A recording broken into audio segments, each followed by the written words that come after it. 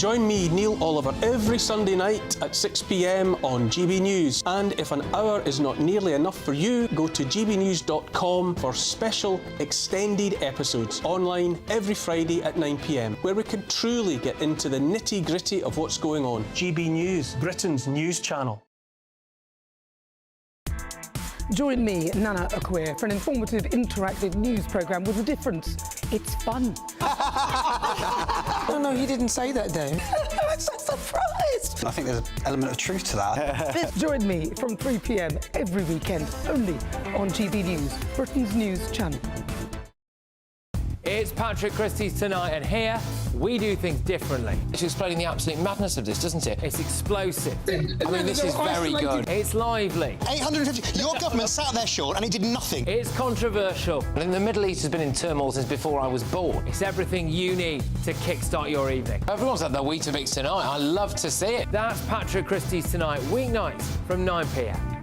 Only on GB News, the People's Channel, Britain's news channel. There's an incredible £36,000 to be won in the Great British Giveaway. That's like having an extra £3,000 each month. Good luck.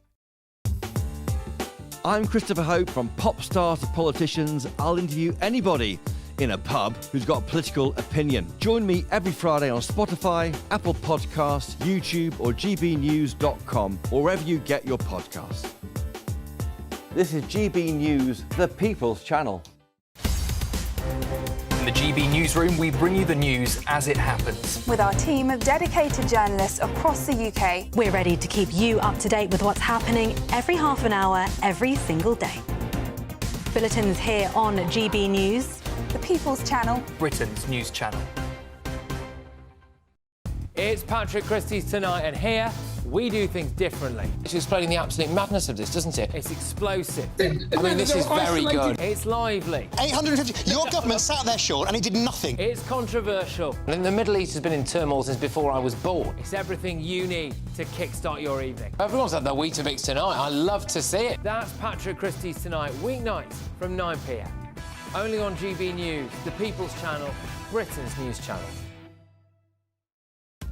Are the newspapers getting you down? My wife didn't divorce me that month.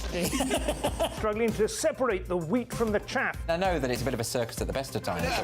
Well, don't worry. Headliners has got you covered. We'll take the burden of reading the day's news, and if we get depressed, who cares? It's an occupational hazard, frankly. That's Headliners on GB News from 11 p.m. till midnight, and the following morning, 5 till 6 a.m. on GB News, the comedy channel. Nah, just kidding. Britain's news channel. If you want your news to be straight talking... This is a nightmare for the Conservatives again. Down to earth. It's not just Nottingham where this is happening, is it? And most importantly, honest. Hard-working, middle-class taxpayers, they'll get their book thrown at them. Then catch me, Martin Daubney, Monday to Friday, 3 till 6 p.m. on GB News, Britain's news channel.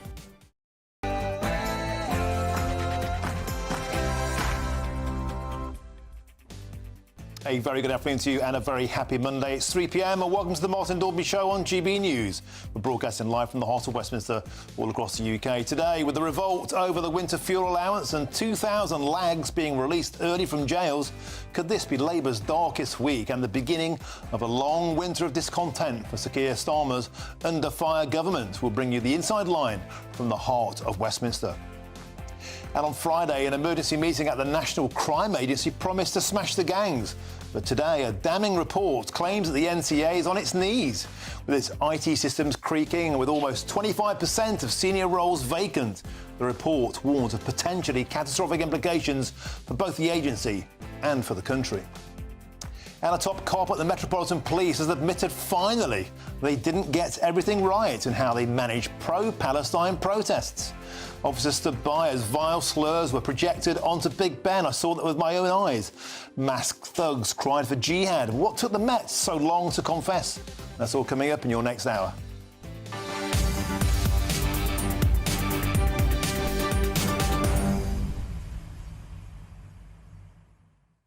Welcome to the show. Delighted to have your company. I've got one simple question for you today. Is it fair to axe the pensioners' winter fuel allowance? Why on earth do the government continually tell us Black Lives Matter, Trans Lives Matter, refugees' lives matter, yet it seems pensioners' lives, they don't seem to matter that much at all. In 2017, the Labour Party's own report predicted there'd be 4,000 deaths in that winter due to the Tories if they planned to cut the winter fuel allowance. And yet tomorrow, with almost certainty, this will get voted through. What's changed?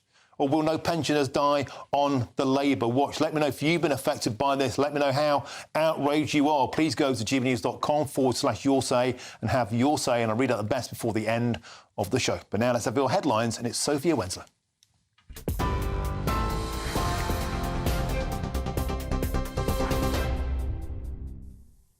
Martin, thank you. Good afternoon. It's 2 minutes past 3. I'm Sophia Wensler in the GB newsroom. Stephen Ling, who raped and stabbed Joanne Tulip 60 times in a sadistic murder in Northumberland 27 years ago, should be freed from prison. That's according to the parole board. Stephen Ling was jailed for life in December 1998 after admitting his horrific attack on Joanne Tulip, who was 29 years old. Ling was sentenced to life with a minimum term of 20 years, which was reduced to 18 years by the High Court. In other news, gun salutes are marking the anniversary of the King's accession today. A 62-gun royal salute's being fired by the Honourable Artillery Company at the Tower of London and marks a 2-year anniversary of King Charles taking to the throne. Earlier, the 41-gun salute took place at Hyde Park in London. That gun salute fired by the King's Troop Royal Horse Artillery. It also marks the passing of the late Queen Elizabeth II.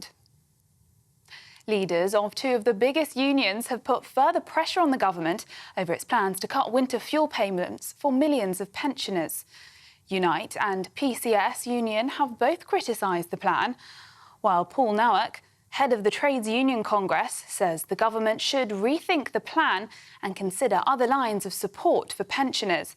The Health Secretary says the policy will have a negative impact on his constituents, but insists it's a necessary move. MPs will vote tomorrow on the plans to scrap the payment. Speaking at the TUC conference in Brighton, Paul Nowack said he'll work with the government to rebuild public services. We'll play our part in recasting Britain's industrial future. And above all, we'll work with the government to face down those on the right who wish to sow division and discord in our communities. And our message to the tin pot politicians, the street thugs, and any ragtag group that try to promote their message of hate is clear. Not in our workplaces, not in our communities, not on our watch. Now, Hollywood actor Idris Elba has joined the Prime Minister in Downing Street to launch a new effort to tackle knife crime. Elba, an anti-knife crime campaigner, joined Sir Keir Starmer this morning as he launched the coalition which aims to stop young people from being dragged into violent gangs. The coalition will bring together campaign groups, families of people who've lost their lives to knife crime and young people who've been affected by it, as well as Idris and the Home Secretary, Yvette Cooper. Sir Keir Starmer says he wants to make it harder to buy dangerous weapons online. Idris says it's time to put ideas into action. Today was identify some of the low-hanging fruit that can be actioned quickly, right? Things around, accessibility on knives, online sales and things like that. These things take time to actually get into law, but today was really about how do we get to them quicker. And so our next step is to aggregate the thoughts that we've had today. We've got a point of contact, and that person will be aggregating those action points, and then those involved in those action points will be then tasked to get them done. The Prime Minister, by the way, is just super keen to just keep pushing, and that's what we've seen, so it's been good. Meanwhile, the Metropolitan Police says it's very likely arrests will be made more quickly when it handles large protests in the future. Assistant Commissioner Matt Twist also admitted the force didn't get everything right when policing recent demonstrations. Frequent protests and counter-demonstrations have been held since last October, including by environmental campaigners and from groups calling for a ceasefire in the Israel-Hamas conflict. Protests also developed into rioting and disorder after 3 girls were killed in an attack in Southport in July. And Noel Gallagher says he's thrilled and honoured to have his portrait added to the National Portrait Gallery, despite, he says, being a grumpy, middle-aged man who hates having his picture taken. The picture taken by Zoe Law will go on display for the first time on November the 29th as part of the London Gallery's Legends exhibition, which will feature 100 portraits taken by Law of people who have influenced her life and career. The image of Gallagher will remain part of the gallery's permanent collection once the exhibition ends on the 2nd of March next year. Those are the latest GB News headlines for now. I'm Sophia Wensler, more in half an hour. For the very latest GB News direct to your smartphone, sign up to News Alerts by scanning the QR code or go to gbnews.com/alerts.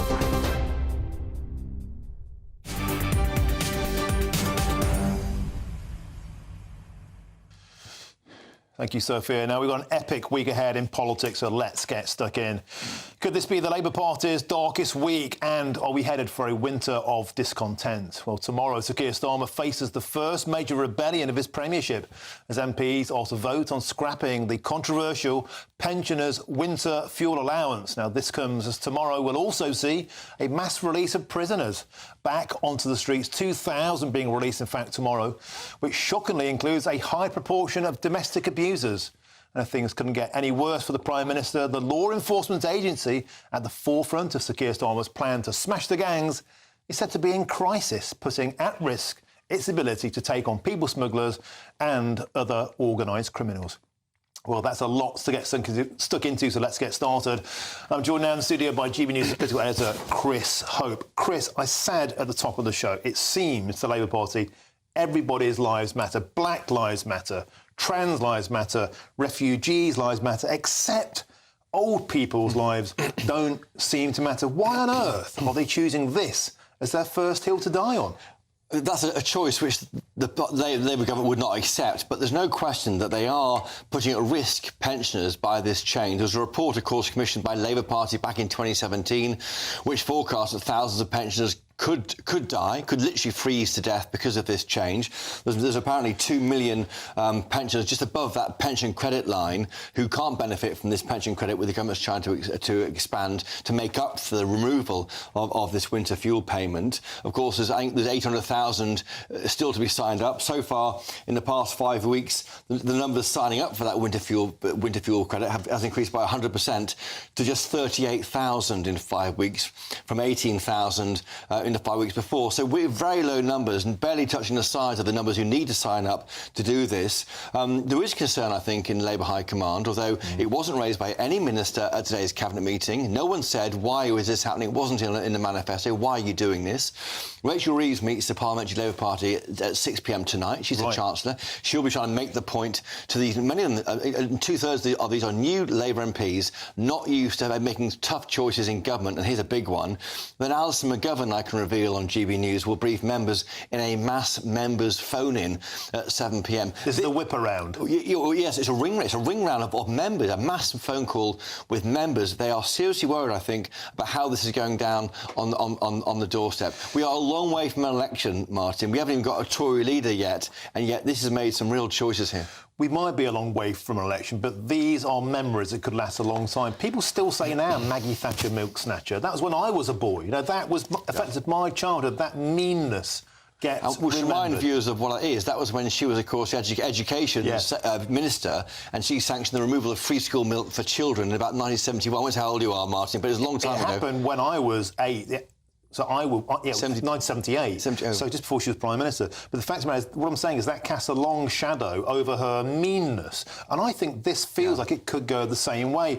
In terms of the revolt, how big do you think it's going to be? We've seen on the front page papers today scores, 20, 40, 60? 40 is the ballpark figure. Revolt is a funny word. It means not supporting the government, so it means not backing the government, abstaining or being absent without leave. Unlikely to be many voting against the government. You'll have those those 6 or so rebels like Jeremy Corbyn, John McDonnell and others, they will be rebelling, but you can imagine there won't be that many want to have that fight right now. But it's a very big day for Keir Starmer tomorrow. He's off to the TUC conference in Brighton. 2 big unions are saying reverse, it shows leadership. Sharon Graham, who's the head of the Unite Union, a massive donor, says it will show leadership if you do try and reverse on this policy, Keir Starmer. There's not a whiff of hypocrisy about that, though, as well. I mean, you pointed out 2017, the Labour Party's own report said 4,000 pensioners could die that winter. Energy was much cheaper then. There are far more pensioners now than then, so presumably more than 4,000 people could die this time round, and that's a decision they're taking willingly. The TUC are saying that we should reverse this. They've been campaigning for pay rises for all of their members. Unite, Teachers' Union, saying that Sir Keir Starmer is picking the pockets of pensioners. They gave 10 billion quid to the teachers and the NHS workers, so your members could get an inflation-busting pay rise. They're part of the problem. Well, Martin, crucially, those who can work can get pay rises. Pensioners, by their very nature being pensioners, are not working. They're stuck with a fixed income. Later this week, we're likely to see the increase in the state pension by a big figure, by the triple lock. We'll see it announced probably Wednesday, Thursday, and that will be a way for this government to move on from what could be a damaging vote tomorrow and a damaging debate in the TUC. I can see why they're doing it in that order, but it's definitely picking a fight here they didn't really need to have, I think, so early in their time in government. Do you think a lot of the young MPs you talked about there understand the magnitude of what's about to happen here? Because I'm going to speak to a guy later on from the Pensioner Vote, Andrew David Pinless. He started a grassroots foundation. He's planning to name and shame every single politician who votes for this and to go on an awareness campaign in every constituency across the land to say your MP voted to make pensioners colder and poorer and or worse. Back to my first point, do you think that the shadow that this vote casts could haunt the Labour Party for a long time? It depends how this winter is. They'll be hoping for a mild winter. If it's a cold winter and if people do start to pass away, very, very sadly, of course, very sadly, if they have to turn off the heating and they can't afford to stay warm and we have tragic consequences, that will be on elements in this Labour government. Already, I put a note out on social media saying that not a single cabinet minister spoke out in today's cabinet against this withdrawal of this benefit, and that's already been picked up by the Tory party because that'll be on them, on this cabinet, for not objecting. Astonishing. And on a day, if it's not a big day of news already for the Labour Party, tomorrow, of course, is that early release day. 2,000 inmates being released after only serving 40% of their tariff. And the headlines today, again from supportive media like The Guardian, saying domestic abuse survivors will be having sleepless nights. Another bad news day for the Labour Party. Yeah, well, the government says on that, they say that those who are convicted of violent or serious offences over 4 years inside won't be released, nor will those with coercive control, domestic violence or domestic abuse. But, of course, you can be convicted of a different charge, assault and battery, but behind that lies domestic abuse. What's happening is here, and we've seen it on GB News from our viewers, they're getting phone calls from the probation service to say the individual who caused your family such misery you thought was locked up maybe till the middle of next year is now out this week.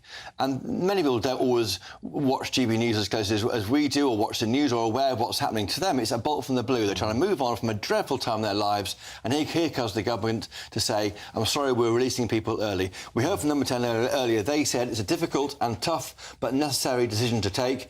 And they also say, Number 10, that had they not done this, the police wouldn't be able to make arrests. So they're putting it back on the Tory government. But however you see it, the choice is being made here by the Labour government, and it may come back to backfire on them. What a huge day. And 6 p.m, so all eyes are on that ring around to see what the... Well, that's an in-person meeting at 6 p.m. Is it? Yeah, that's the in-person meeting, and 7 p.m. is your conference call. And when will you get snippets of... I'll do my best from 6. Beautiful stuff. Chris, always a pleasure. Thank you very much, and see you again in the next hour. Let's go back now to speaking about pensions with the pensions expert, Tom McPhail. Tom, welcome to the show. You no doubt heard our exchange there, and the thing that makes this even more astonishing, Tom, is that we learned today that in 2017 the Labour Party briefed against Theresa May's winter fuel cut, which never happened, saying 4,000 deaths could be precipitated by that, and yet here we go now. What are you hearing from pensioners in terms of their worrisome situation about they could be facing a much colder and a much poorer winter ahead? Well, earlier on you used the phrase the Labour Party have chosen this hill to die on, and it does seem a very curious hill for them to choose to die on. It's not going to save the government more than £1 billion or so, which is a rounding error in terms of the overall national account. You know, they're giving far, far more than that, 10 times more than that away in overseas climate aid. You talked about the settlement of public sector workers. So this is a choice the government is making. And what does it mean for pensioners? Well, for those pensioners just above the pension credit entitlement income level, they're going to lose up to £300 from this. And that's going to really matter a lot, because by definition, we're talking about people who don't have a lot of money, and they're worrying about fuel bills going up already. It's also interesting that we heard the Prime Minister talking about the impending increase to the triple lock, you know, the annual increase to the state pension. Of course, that won't kick in until next April, which is after the coming winter. And in any event, that is simply a cost of living increase. The winter fuel allowance, by definition, is intended to target pensioners above the state pension. So it's an additional payment which is now being removed. It's going to be extremely worrying for pensioners who are looking ahead to possibly a cold winter. We've had a pretty wet summer, so they're going to be very anxious about this. So I think the Labour Party has chosen a really interesting battle to fight, and they're losing a lot of friends in the process. OK, Tom McPhail, I'm also joined in our studio by our political editor, Chris Hope. He has a question for you. Hi, Tom. Just a very quick question. The government says today that so far around 38,000 people in the past 5 weeks have signed up to the pension credit, double the figure in the previous 5 weeks. But the number who haven't signed up for this yet is 850,000 at the last count. Have you worked out if all those 850,000 people signed up for pension credit, would it wipe out the saving of axing the entire winter fuel payment to everybody? Largely it would, yes, and I don't have the numbers at my fingertips, but largely, yes, it would eliminate it. And on that point, Chris, you made it earlier on, look, the previous pensions ministers, Guy Opperman in particular, went on long campaigns, invested months of their time in trying to boost take-up of the pension credit. So as you say, we've seen a modest uptick in the take-up of the pension credit in recent weeks.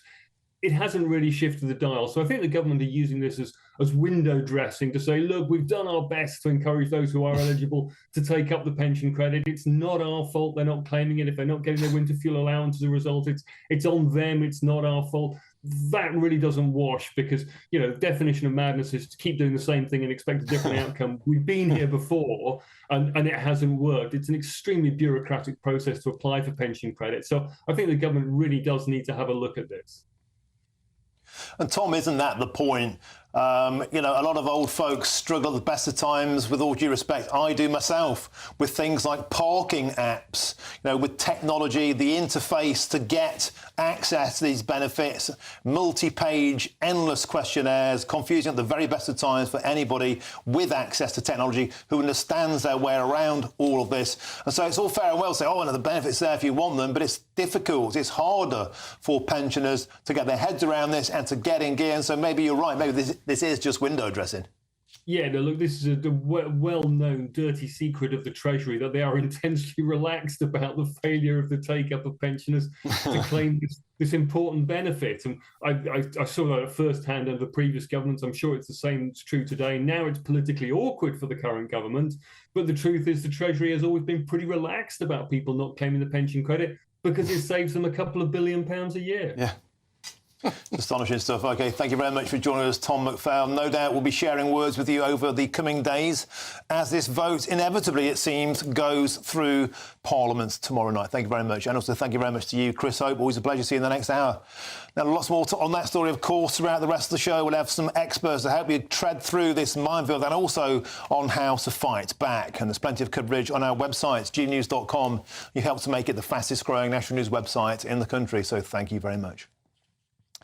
Now, if you're short of your winter fuel allowance, this might be for you, because it's time for the Great British Giveaway now, and the biggest cash prize we've ever given away, £36,000 tax-free, could be yours. That's like having an extra £3,000 tax-free in your bank account every single month for an entire year. Now, here's all the details that you need to make it yours. Watching on demand. Good luck. Fill your boots now. Coming up in a few minutes, we'll be taking a look back at the over 100 gun salutes that were fired today, marking the anniversary of the King's accession to the throne. I'm Martin Daubney on GB News for Britain's News Channel.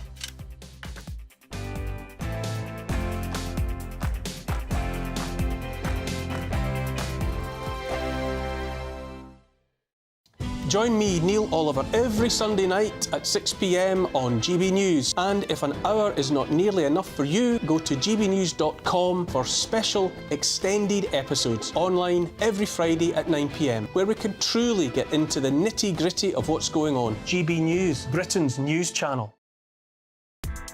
Join me, Nana Akweer, for an informative, interactive news programme with a difference. It's fun.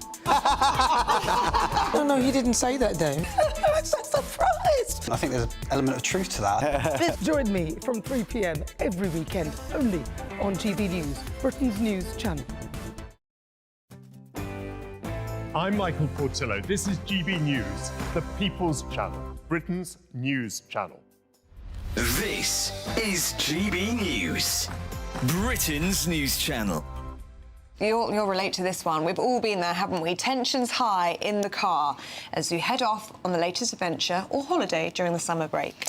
Now, with the average family set to spend about 3.5 hours a week together in the car driving on the roads during the holidays, new research has shown that our relationships could be tested to the limit. Yes, figures show that 21% are having arguments for simple things like the driver going the wrong way, which we were saying is not actually very simple. That's very serious. I was going to say that.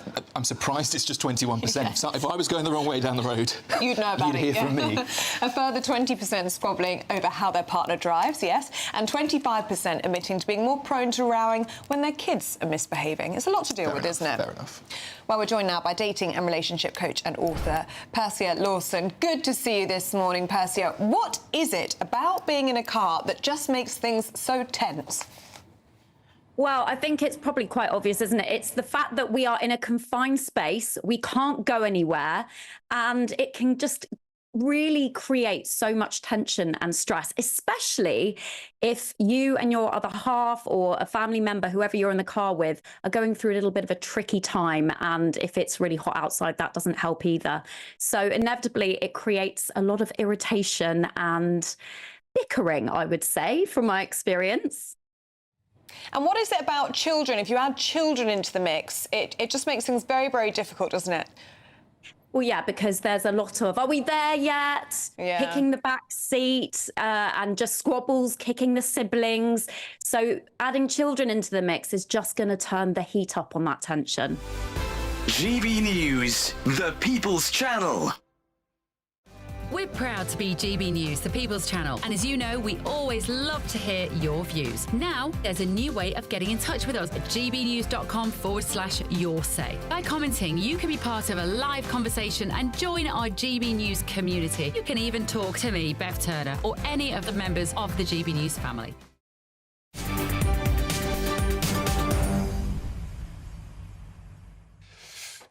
Welcome back. It's 3:25. I'm Martin Daubney on GB News. Now, as the UK marks 2 years since King Charles ascended to the throne following the tragic, sad death of his mother, Elizabeth II, gun salutes have been fired today in Hyde Park and at the Tower of London to mark this historic occasion. However, this comes against the backdrop of the so-called Prince Andrew problem, with the King reportedly keen to move his brother to more suitable accommodation to reduce his security costs. Well, here are the thoughts of our royal correspondent, Cameron Walker. It's hard to believe it's been 2 years now since King Charles ascended the throne, and we very sadly lost the late Queen Elizabeth II. Today, to mark that occasion, the British Army have paid their own personal respects and celebration of 2 years of King Charles III. First, at midday precisely, we had a 41 gun salute in Hyde Park in central London, provided by the King's Troop Royal Horse Artillery. Then at 1 o'clock exactly, we had a 62 gun salute provided by the Honorary Artillery Company at the Tower of London, the city, inside the City of London. Of course, it's been a very perhaps turbulent 2 years for King Charles, although if you go by the YouGov polling, his opinion ratings have remained largely the same, really, since he became King Charles. Support for the British monarchy is over 2/3, according to that latest YouGov poll, and King Charles personally enjoys popularity ratings of more than 60%. But clearly health has been a big battle for His Majesty the King. Since March, he has had an enlarged prostate. He's sought treatment for that, which was successful, but he's also had a separate form of cancer, and he's been undergoing treatments for that. He stood back briefly from public duties, although he always continued his constitutional roles, signing government documents, reading the papers inside his red boxes. But he appears to be back on public duties now in a very big way, actually, and Buckingham Palace has confirmed that he will be going to Australia for a autumn tour next month, as well as Samoa for the Commonwealth Heads of Government meeting. His uncle, not his uncle, his brother even, Prince Andrew, he is continuing to be a bit of a headache for King Charles, reportedly, who is refusing to move out of Royal Lodge, that 30-bedroom mansion on the Windsor estate. It's reported that King Charles thinks it's more cost-effective, and the Crown Estate thinks it's more cost-effective for Prince Andrew to move into the smaller Frogmore cottage on the already guarded perimeter of the Windsor Castle estate, whereas Royal Lodge needs its own separate security, which clearly needs to be paid for at the moment by King Charles, reportedly £3 million. As for King Charles reflecting on the momentous occasion of himself becoming king, he spent the day privately at Balmoral with Queen Camilla, although he was spotted attending the church service at Crathy Kirk yesterday morning. Beautiful stuff there, Cameron Walker at Buckingham Palace earlier on today. Now, weight loss drugs are being used more and more frequently around the world, but some experts are concerned that people are using them incorrectly. Well, new research has revealed that the hotspots in the UK for people researching these drugs, with Bolton at the top of the list. Now, North West of England reporter Sophie Reaper spoke to one woman who lost 10 stone using one of these drugs. Saxenda, Wegovy and, of course, Ozempic. Just some of the weight loss drugs making recent headlines. Used to suppress appetite, if taken correctly, these drugs can help those who need it to lose large amounts of body fat. Just one of those people was Colleen Calnan. I was over 25 stone at that point and was delusional, and I had amazing results. I lost like 10 stone, and it was a hard journey, 150%, but it was one of the best things I've done. Obviously, I've had a gastric sleeve now. Now I'm back to what I should be, I suppose.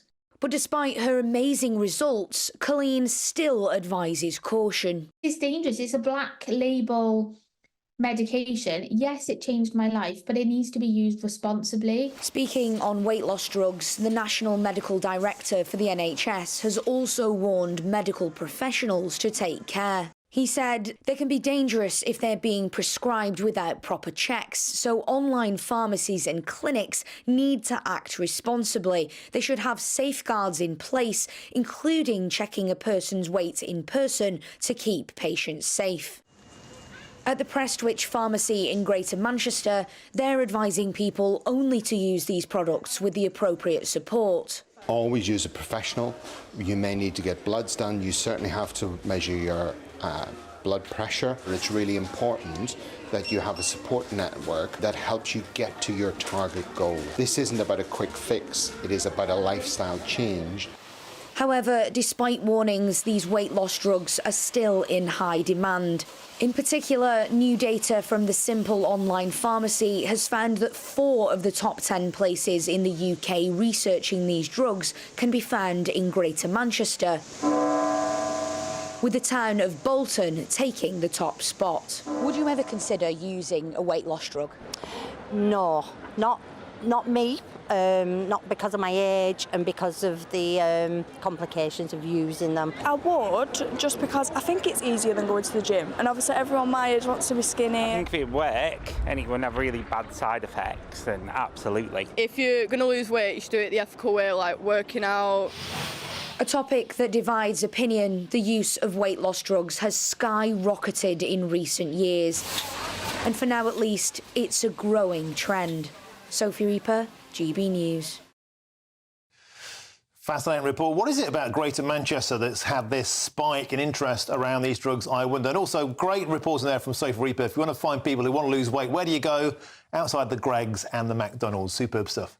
And lots more still to come between now and 4 o'clock, including an extraordinary admission from a senior Scotland Yard officer who said that Metropolitan Police made mistakes in its handling of pro-Palestinian protests. Tell me about it. I had eggs thrown at me. I tried to get the cops to arrest people with projectors putting from the river to the sea on Big Ben. They had absolutely no interest. Meanwhile, I was handcuffed at the Enough is Enough protest, and I saw people have their heads caved in by the police at the Cenotaph. Two-tier policing, I've seen it all with my own eyes, and soon I'll speak to an ex-Scotland Yard detective on this contentious topic. But first, here's your headlines, and it's Sophia Wensler.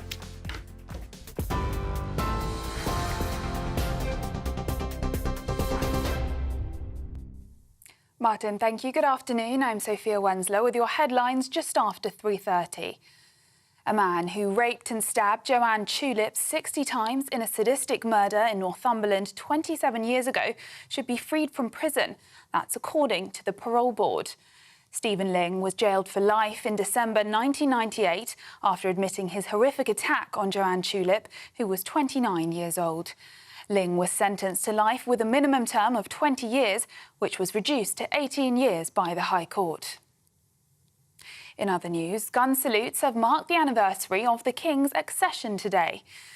A 62-gun royal salute was fired by the Honourable Artillery Company at the Tower of London and marks a 2-year anniversary of King Charles taking to the throne.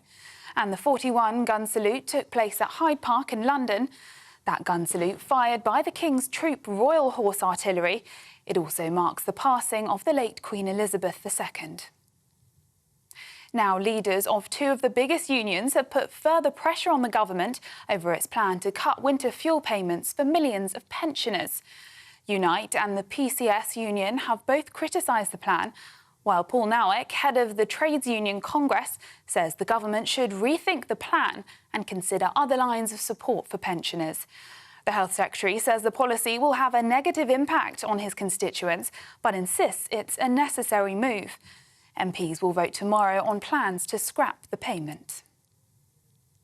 And Hollywood actor Idris Elba has joined the Prime Minister in Downing Street to launch a new effort to tackle knife crime.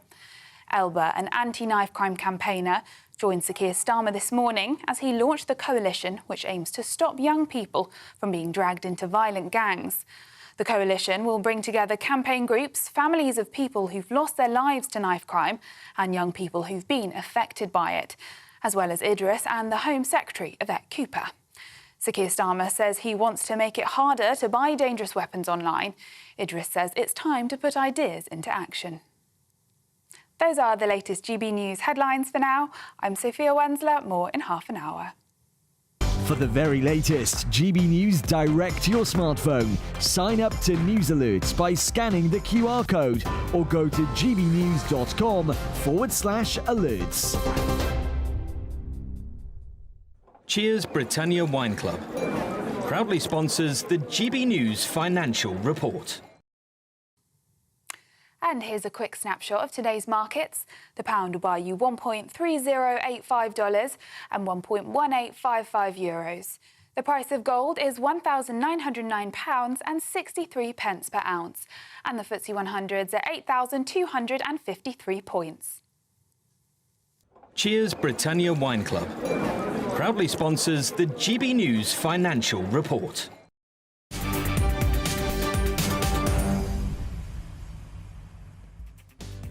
Thank you very much, Sophia. Now, if you want to get in touch with me here at GB News, you know what to do. Simply go to gbnews.com/your say. I'll read out a bet of your comments a little later in the show. In particular, I want to hear from you if you're furious about the winter fuel allowance being slashed in that crucial vote tomorrow.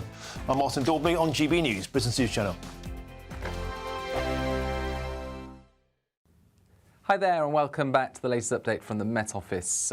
For GB News. Drier for many of us today compared with yesterday. Some sunshine out there, but a fair amount of cloud as well. And it is going to turn wetter in the northwest later. Now, Western Scotland has seen plenty of fine weather during the last few days. That's now coming to an end as weather systems approach from the Atlantic. Persistent rain setting in for the rest of the day. That crossing Scotland, Northern Ireland as well, heading into Northern England and parts of Wales. We keep the clear skies across central and increasingly southeastern parts overnight. But despite the clear skies, Temperatures will stay up in the double figures in most spots because of the freshening breeze. And it will be a breezy start to the day for northern parts of the UK. A particularly strong wind affecting northern Scotland, along with spells of rain. That rain could cause issues for Shetland and Orkney. 40 and in some places 80 millimetres of rain falling through the day, accompanied by 50-mile-per-hour wind gusts affecting the far north of Scotland. Showers following the main band of rain across western Scotland and Northern Ireland. This rain sinking south into northern England. Ahead of it, an area of cloud and some showers affecting West Wales as well as parts of southwest England, but some brighter spells in between. Now, through Tuesday morning, we've got cloud and rain sinking south through central parts. 1 or 2 showers to the south of this, but also some brighter weather. Clear skies further north, interspersed with heavy showers, and that strong wind continuing in the northeast of Scotland, making it feel particularly cold. And temperatures will be lowering over the next few days as this area of cloud and rain sinks south. A damp end to the day for southern parts of England and South Wales. Behind that, we've got clear spells and blustery showers and the winds coming from the Arctic, so that's going to make it feel cold. Temperatures just reaching 12 to 15 Celsius. The latest GB News travel. Good afternoon, I'm Jules Buckley. Let's go to West Yorkshire. A couple of issues at the moment. Firstly, the M1 heading south at Cargate, junction 41. There's queues for a breakdown there with a lane closure in place. There's a vehicle needing a tyre change on the southbound A1M at junction 41. For the M62, that's a queuing with a lane closure there as well. Still queuing to anti-clock for the M25. Godstone at 6 to the M26 at 5. There was a breakdown there.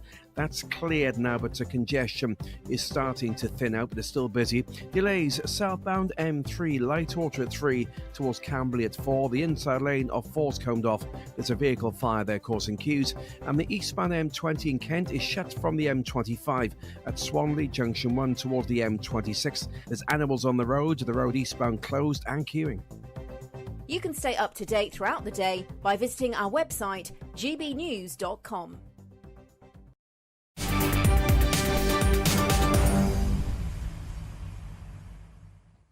Welcome back. Your time is 3:38. I'm Martin Daubney, and of course this is GB News. Now, the Assistant Commissioner of the Metropolitan Police has finally admitted that the force made mistakes in its policing of pro-Palestine protests, particularly in the early stages back in October. Speaking to the think tank Policy Exchange, Matt Twist cited the decision not to immediately arrest demonstrators shouting jihad as an example of the Met not acting decisively enough during the protest. We could say that again. However, he insisted that police tactics had since developed and strongly rejected any accusations we often hear, of course, of two-tier or differential policing.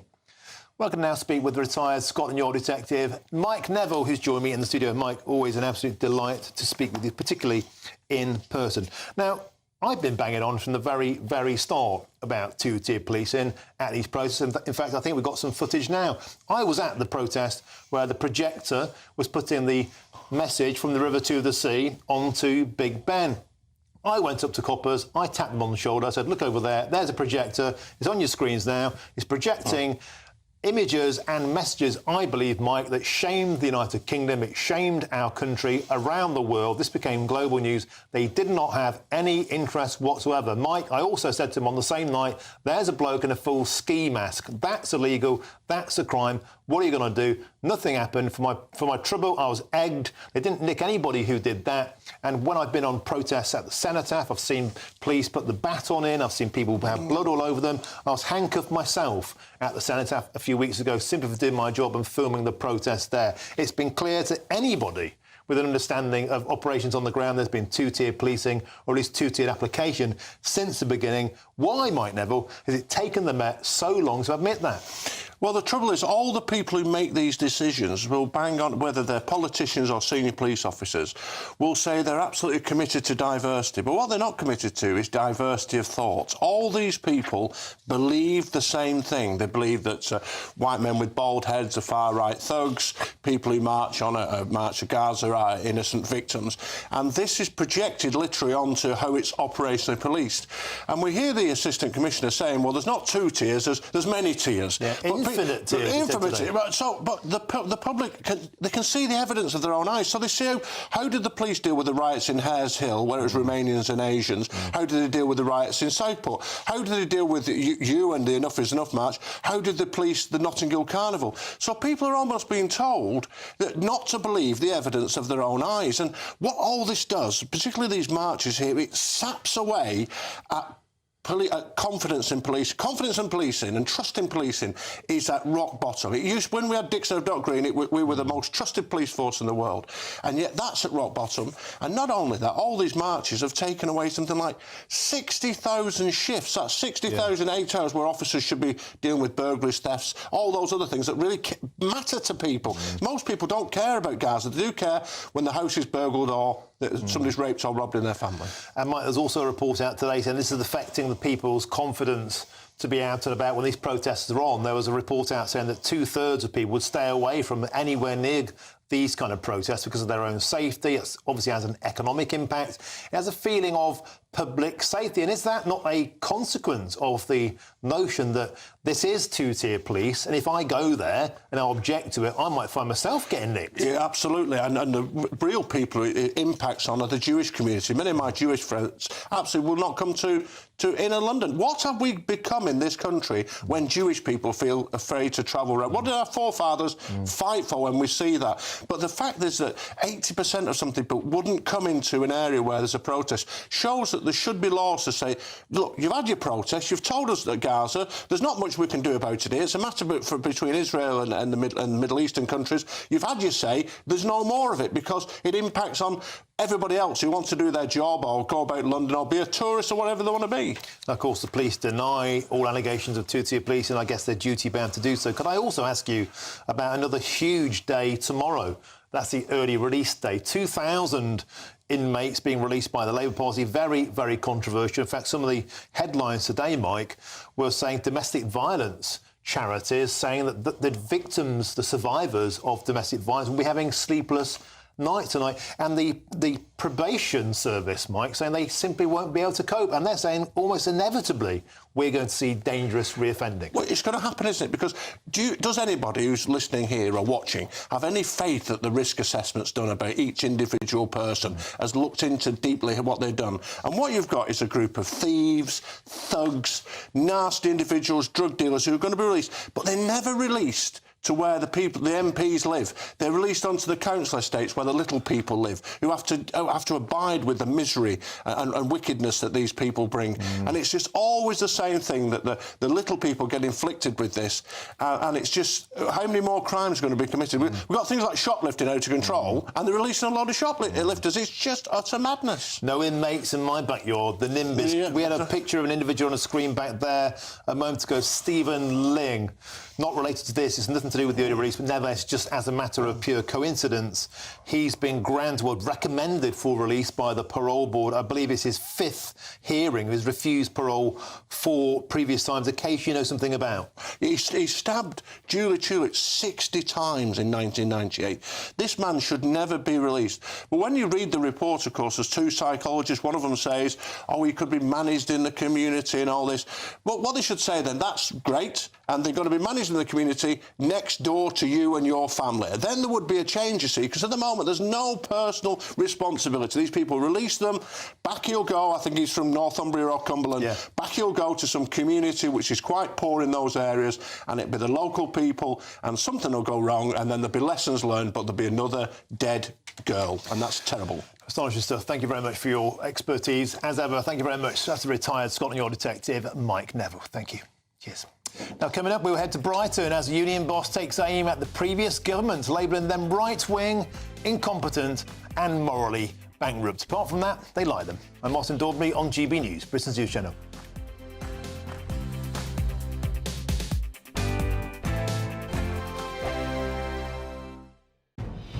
Good afternoon, Britain.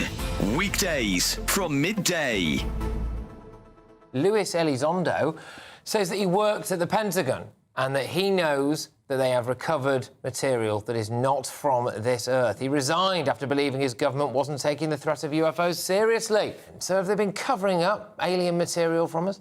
I don't think the claims that are being made in Luis Elizondo's book, Imminent, are new. But I think what we have to pay attention to is the seniority of, one, Luis Elizondo, and two, the people who recruited him, and indeed the people he worked for, which was the Department of Defence and the Pentagon. You think that he was in a position to know about this?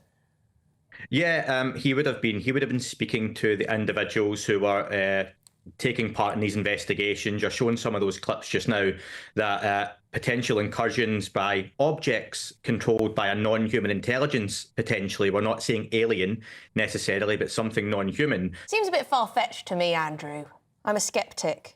When people say sceptical, I think as a species, we're relatively new in terms of what we do in space. But right now, we've got a robot on Mars that drives about and has a little helicopter drone that every so often comes up, flies about away 10 feet from it to collect samples and comes back. Now, a species a couple of hundred years down the line from us would have far better technology than that. So who's to say what we're encountering aren't just really advanced probes from something else that's just slightly ahead of us in the technological scale? I don't think that's too far stretch of the imagination. When you do see things like what we just saw there, which was made public, the New York Times did a big expose on all of this, and actually, you know, the world didn't end. We weren't all outside fighting each other for scraps of food and burning down the nearest Lidl, were we? We just thought, oh, that's quite cool. I think now we have to look at it and maybe take a step back, look at the people coming out now, talking about UFOs and thinking, is there something to this that we've maybe been overlooking? GB News, the People's Channel. Welcome to State of the Nation, daily plunge into the stories shaping our country. I'm Jacob Rees-Mogg, and Monday to Thursday we bring you the insights, the facts, the truth about how our country is being governed. Because what happens in Downing Street matters down your street. Tune in to State of the Nation every Monday to Thursday, 8 to 9 o'clock. Only on GB News, the People's Channel, Britain's news channel. It's Patrick Christie's Tonight, and here we do things differently. It's explaining the absolute madness of this, doesn't it? It's explosive. I mean, this is very good. It's lively. 850. Your government sat there, Sean, and it did nothing. It's controversial. And the Middle East has been in turmoil since before I was born. It's everything you need to kickstart your evening. Everyone's had their Weetabix tonight. I love to see it. That's Patrick Christie's Tonight, weeknights from 9 p.m. Only on GB News, the People's Channel, Britain's news channel.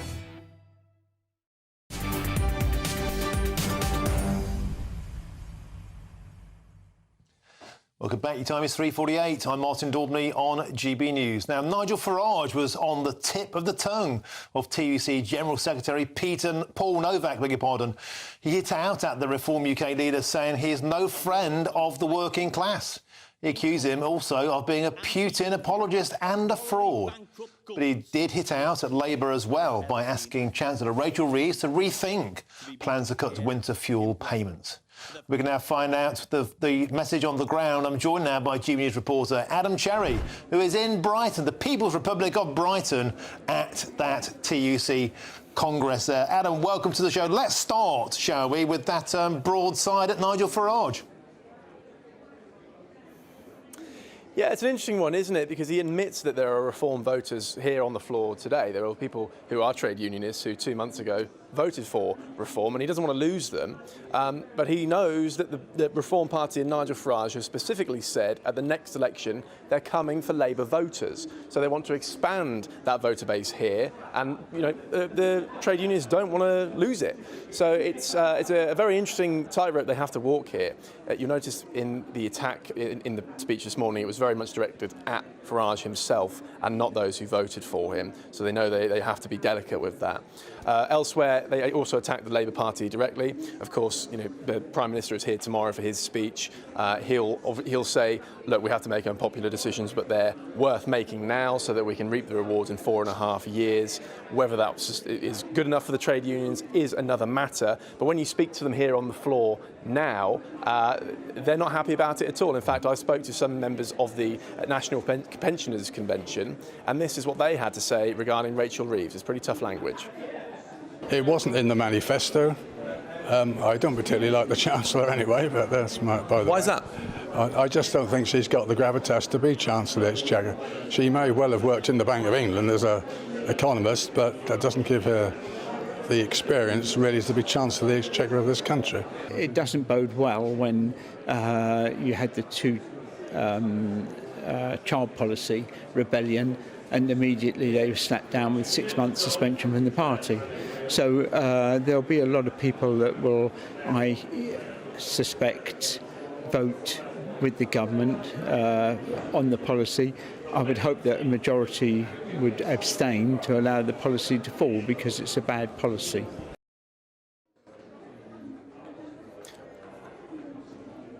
Well, there you go. Now, we have been joined by a special guest. Andrew Pearce is with us. Andrew, what's going on? You're on tomorrow, aren't you? I am. I'm presenting from here. Bev will be in London on Britain's Newsroom. Look, I haven't been to a TUC conference for many years, but this is a great seat of power now. First time a Prime Minister is going to address a TU conference for many, many years. I think I was probably here the last time that happened. It was Gordon Brown.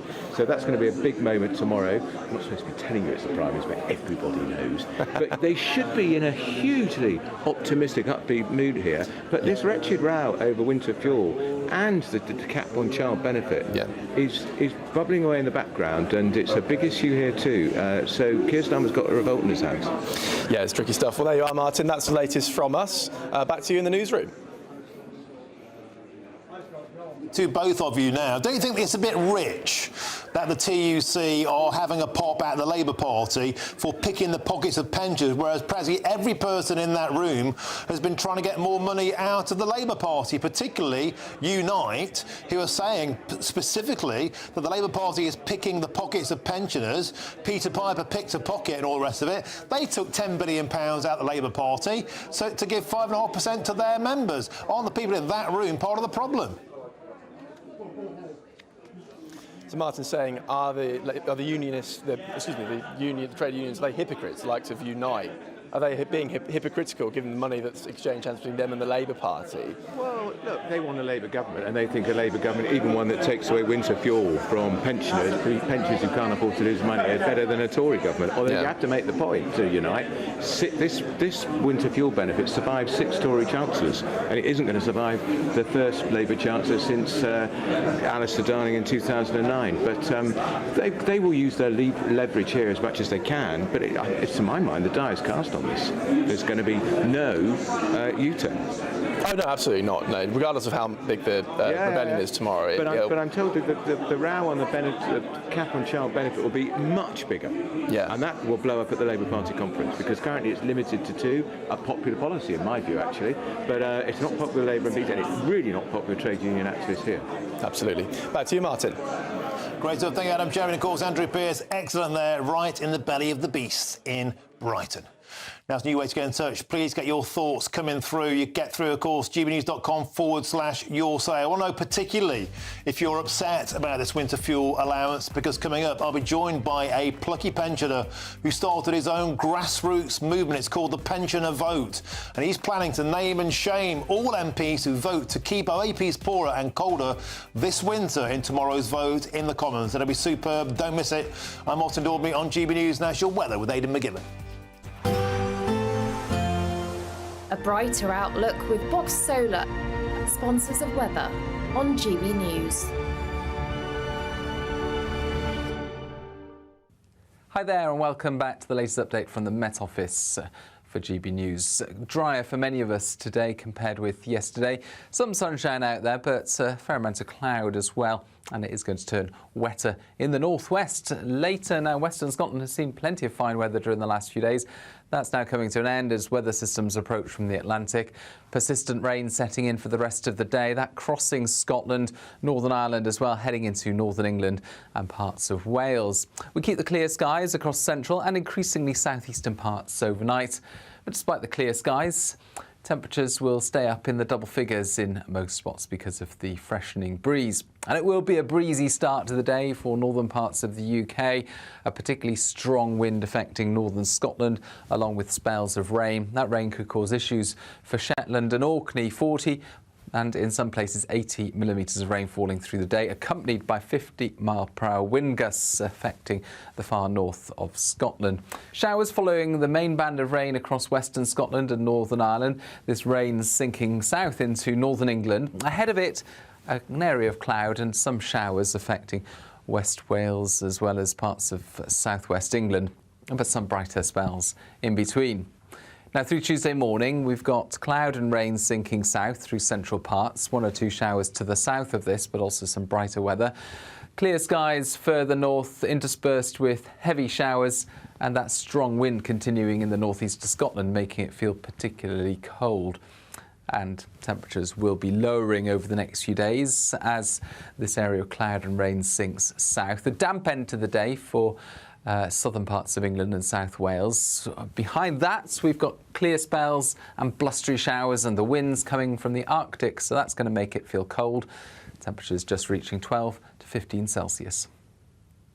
That warm feeling inside from Boxed Boilers, sponsors of weather on GB News.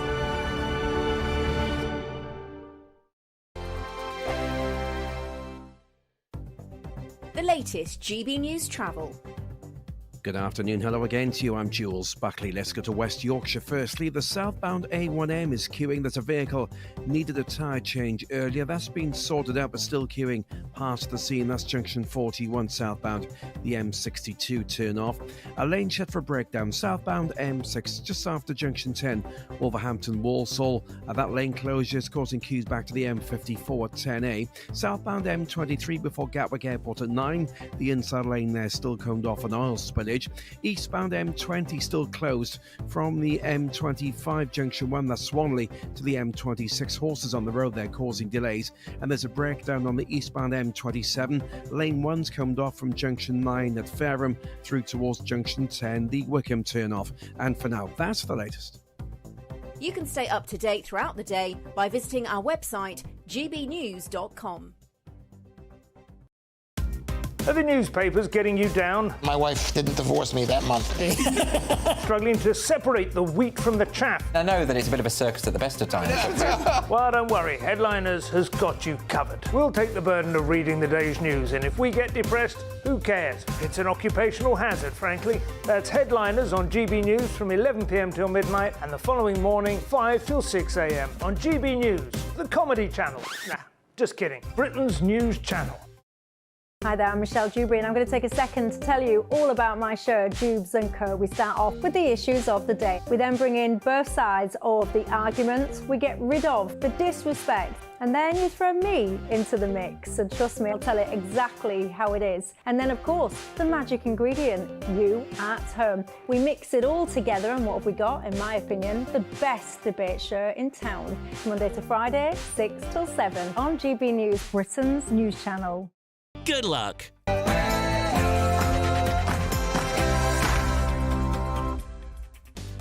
A very, very good afternoon to you and a very happy Monday. I hope you're having a great day. It's 4 p.m. and welcome to the Martin Daubney Show on GB News. We're broadcasting live from the heart of Westminster and all across the UK. Well, today's show with a revolt over the winter fuel allowance and 2,000 lags being released early from jails. Could this be the Labour Party's darkest week and the beginning of a long winter of discontent for Sir Keir Starmer's under-fire government? Bringing the inside line from the heart of Westminster. And on Friday, an emergency meeting at the National Crime Agency promised to smash the gangs. Today, a damning report claimed it's on its knees. With its IT systems creaking and with almost 25% of senior roles still vacant, the report warns of potentially catastrophic implications for both the agency and for the country. And a top cop at the Metropolitan Police has admitted finally that they didn't get everything right in how they managed the pro-Palestine protests. Officers stood by as vile slurs were projected onto Big Ben. I was there myself for that. They did nothing. And masked thugs also cried for jihad. And what took the Met so long to confess? That's all coming up in your next hour.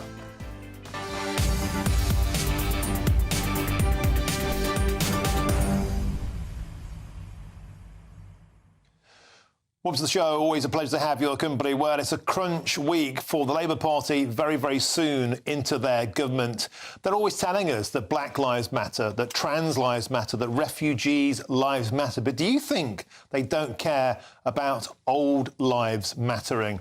What else can you deduce from the fact that a 1.4 billion saving is meaning the winter fuel allowance will be axed? 10 million pensioners will be missing out. Many could be plunged into poverty and cold this winter. In fact, in 2017, the Labour Party's own data predicted if the Conservative government at the time of Theresa May axed the winter fuel allowance, 4,000 pensioners could die. What's changed? Is that the price the Labour Party are prepared to pay to give train drivers a pay rise? Let me know your thoughts. Go to gbnews.com/your say. Now it's time for your latest news headlines with Sophia Wensler.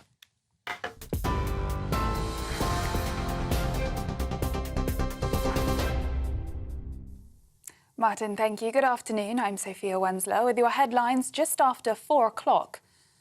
A man who raped and stabbed Joanne Tulip 60 times in a sadistic murder in Northumberland 27 years ago should be freed from prison. That's according to the parole board. Stephen Ling was jailed for life in December 1998 after admitting his horrific attack on Joanne, who was 29 years old. Ling was sentenced to life with a minimum term of 20 years, which was reduced to 18 years by the High Court. Transport Secretary Louise Hay said her thoughts are with Joanne's family. I know the Justice Secretary is considering whether that decision can be appealed and whether it can be reconsidered, whether she can request for the parole board to reconsider it, but it is an independent parole board. We were really clear with the early release scheme, which again was required because of the dire state of our prisons. During the riots, we were having to monitor day by day the number of spaces that were available in the prisons. And so horrible decisions have to be taken around early release. But we were also clear that no one who committed a serious violent crime that had been sentenced to more than 4 years and many offences that were linked to domestic abuse should not be eligible for that early release scheme. Now, in other news, gun salutes are marking the anniversary of the King's accession today. A 62-gun royal salute's being fired by the Honourable Artillery Company at the Tower of London and marks a 2-year anniversary of King Charles taking to the throne. Earlier, the 41-gun salute took place at Hyde Park in London. That gun salute fired by the King's Troop Royal Horse Artillery. It also marks the passing of the late Queen Elizabeth II. Now, leaders of 2 of the biggest unions have put further pressure on the government over its plans to cut winter fuel payments for millions of pensioners. Unite and the PCS union have both criticised the plan, while Paul Nowak, head of the Trades Union Congress, says the government should rethink the plan and consider other lines of support for pensioners. The Health Secretary says the policy will have a negative impact on his constituents, but insists it's a necessary move. MPs will vote tomorrow on the plans to scrap the payment. Speaking at the TUC conference in Brighton, Paul Nowak said he'll work with the government to rebuild public services. We'll play our part in recasting Britain's industrial future. And above all, we'll work with the government to face down those on the right who wish to sow division and discord in our communities. And our message to the tin pot politicians, the street thugs, and any ragtag group that try to promote their message of hate is clear. Not in our workplaces, not in our communities, not on our watch. Hollywood actor Idris Elba has joined the Prime Minister in Downing Street to launch a new effort to tackle knife crime. Elba, an anti-knife crime campaigner, joined Sir Keir Starmer this morning as he launched the coalition which aims to stop young people from being dragged into violent gangs. The coalition will bring together campaign groups, families of people who've lost their lives to knife crime and young people who've been affected by it. As well as Idris, it's the Home Secretary, Yvette Cooper. Sir Keir Starmer says he wants to make it harder to buy dangerous weapons online. Idris says it's time to put ideas into action. Meanwhile, the Metropolitan Police says it's very likely arrests will be made more quickly when it handles large protests in the future. Assistant Commissioner Matt Twist also admitted the force didn't get everything right when policing recent demonstrations. Frequent protests and counter-demonstrations have been held since last October, including for environmental campaigners and from groups calling for a ceasefire in the Israel-Hamas conflict. Protests also developed into rioting and disorder after 3 girls were killed in an attack in Southport in July. And Noel Gallagher says he's thrilled and honoured to have his portrait added to the National Portrait Gallery, despite, he says, being a grumpy middle-aged man who hates having his picture taken. The picture taken by Zoe Law will go on display for the first time on November the 29th as part of the London Gallery's Legends exhibition, which will feature 100 portraits taken by Law of people who've influenced her life and career. The image of Gallagher will remain part of the gallery's permanent collection once the exhibition ends on March the 2nd next year. Those are the latest GB News headlines for now. I'm Sophia Wensler, more in half an hour. For the very latest GB News direct to your smartphone, sign up to News Alerts by scanning the QR code or go to gbnews.com/alerts.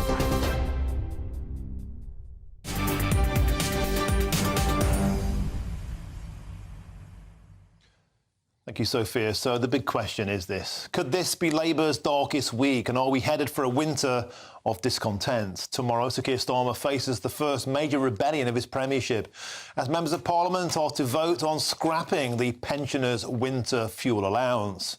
And this comes as also tomorrow we'll see a mass release of 2,000 prisoners back onto the streets, which shockingly includes a high proportion of domestic abusers. And if things couldn't get much worse for the Prime Minister, the law enforcement agency at the forefront of Sir Keir Starmer's plan to smash the gangs, that's the National Crime Agency, is said to be in crisis, putting at risk its ability to take on people smugglers and other organised criminals. Lots to discuss then. I'm joined now in the studio by GB News' political editor, Chris Hope. Chris, let's start with the winter fuel allowance. We're told all the time by the Labour Party, Black Lives Matter, Trans Lives Matter, Refugees Lives Matter. Does it really feel like old people's lives don't matter? And the government would definitely reject that, Martin. But there is a choice being made here by this government. You saw earlier, of course, that the research done by the Labour Party, organised by the Labour Party back in 2017, that forecast that thousands of pensioners could lose their lives because they get cold this winter if you remove this benefit. The government is very clear. They want to clear what they call a black hole in the public finances. And so they are clearing this. They are not paying out this £300 payment, this winter fuel payment in November for that reason. They're trying to get people to sign up for those who want benefits to sign up for the pension benefit. Yep. But 850,000 people have not done so. Were they all to sign up, we've heard from Tom McPhail earlier, the pensions expert, it would wipe out any saving made here. So it seems to me the Treasury are happy that not everyone signs up for this pension credit. But there is that trade-off. I asked in the lobby briefing today of the PM's deputy spokesman, is the price of this pensioners dying to get the economy growing? Because they're justifying this by saying they're going to plug this black hole. Is the price of that bill get colder? And there wasn't really an answer from Number 10. The government is worried, no question. Rachel Reeves, the Chancellor, she meets in person Labour MPs at 6 p.m. tonight in the House of Commons. 7 p.m, Alison McGovern, she's a pensions minister. She's holding a mass phone-in with Labour Party members. In the note I've seen sent to members, it says there, to deliver change, the government must take the tough decisions now to protect public services. The winter fuel payment is one of those decisions. So they're justifying this by saying we must protect public services. They've chosen to pay rises to working people, while pensioners who are gone working age, can't work, are stuck on fixed incomes and are losing £300. They'll be hoping finally, Martin, that this week the increase in the state pension will negate the bad press from this. But this next 24 hours is a difficult time for this government. As you said, this is a political choice. £1.4 billion in the grand scheme of things is not a great deal. In fact, it was completely obliterated by the 10 billion quid that was thrown to teachers and NHS workers to give them a 5.5% inflation-busting pay rise, wiped out straight away. So as far as the black hole goes, the Labour Party, you could argue, have added to that black hole. The big question I don't get, and so many people, hundreds of GB News viewers have been getting in touch, saying, why this? Why is this that the Labour Party is choosing for its hill to die on? It clearly could haunt them for a long, long time. Surely, Chris, every parliamentarian who votes in favour of this will have it haunting them for years to come, perhaps even as far as the next general election. You voted to punish pensioners. That could bite them on the bum even as far ahead as 2029. There's no question. We are told by the government it is a tough decision they had to take to balance those books. There are two reasons why they've done it, I think. The first is they had to announce it in July to make it happen in November. They couldn't wait till the October 30th budget to announce it, because then it's too soon before the payment is due to be made, before it gets cold in November. That is the first reason. Also, I think the Office for Budget Responsibility wanted to see from this new government evidence that they would take tough decisions on spending, and one of them was on this payment. Don't forget, the Tory government had looked at this. I think a minister was caught out by an off-mic moment talking about removing it from those, apart from those on benefits. It was attacked then by the Labour front benches, and now they're doing it themselves. But it has got past every Conservative Chancellor, every Prime Minister since 2010. Because it might be very costly. If all these people sign up for the pension, if 800,000 people sign up for the pension benefit, and don't forget the number has increased from 18,000 in the previous 5 weeks to 38,000 in the most recent 5 weeks. If that carries on, it may wipe out any saving whatsoever. Chris, something you've been highlighting for many weeks now is tomorrow, again, a double whammy for the Labour Party. It's early release day. 2,000 prison inmates being released early, and today, report from the probation officers saying they're not ready for this. They were given days' notice instead of months. They could be overloaded, and they're saying quite simply the chance of reoffending looks certain. And that's a political risk for this government, another political risk. Let's part the idea of pensioners very sadly dying because of a government choice to remove the chance to keep yourself warm. And the 2 million pensioners, by the way, who are just above that pension benefit line who could be affected by that.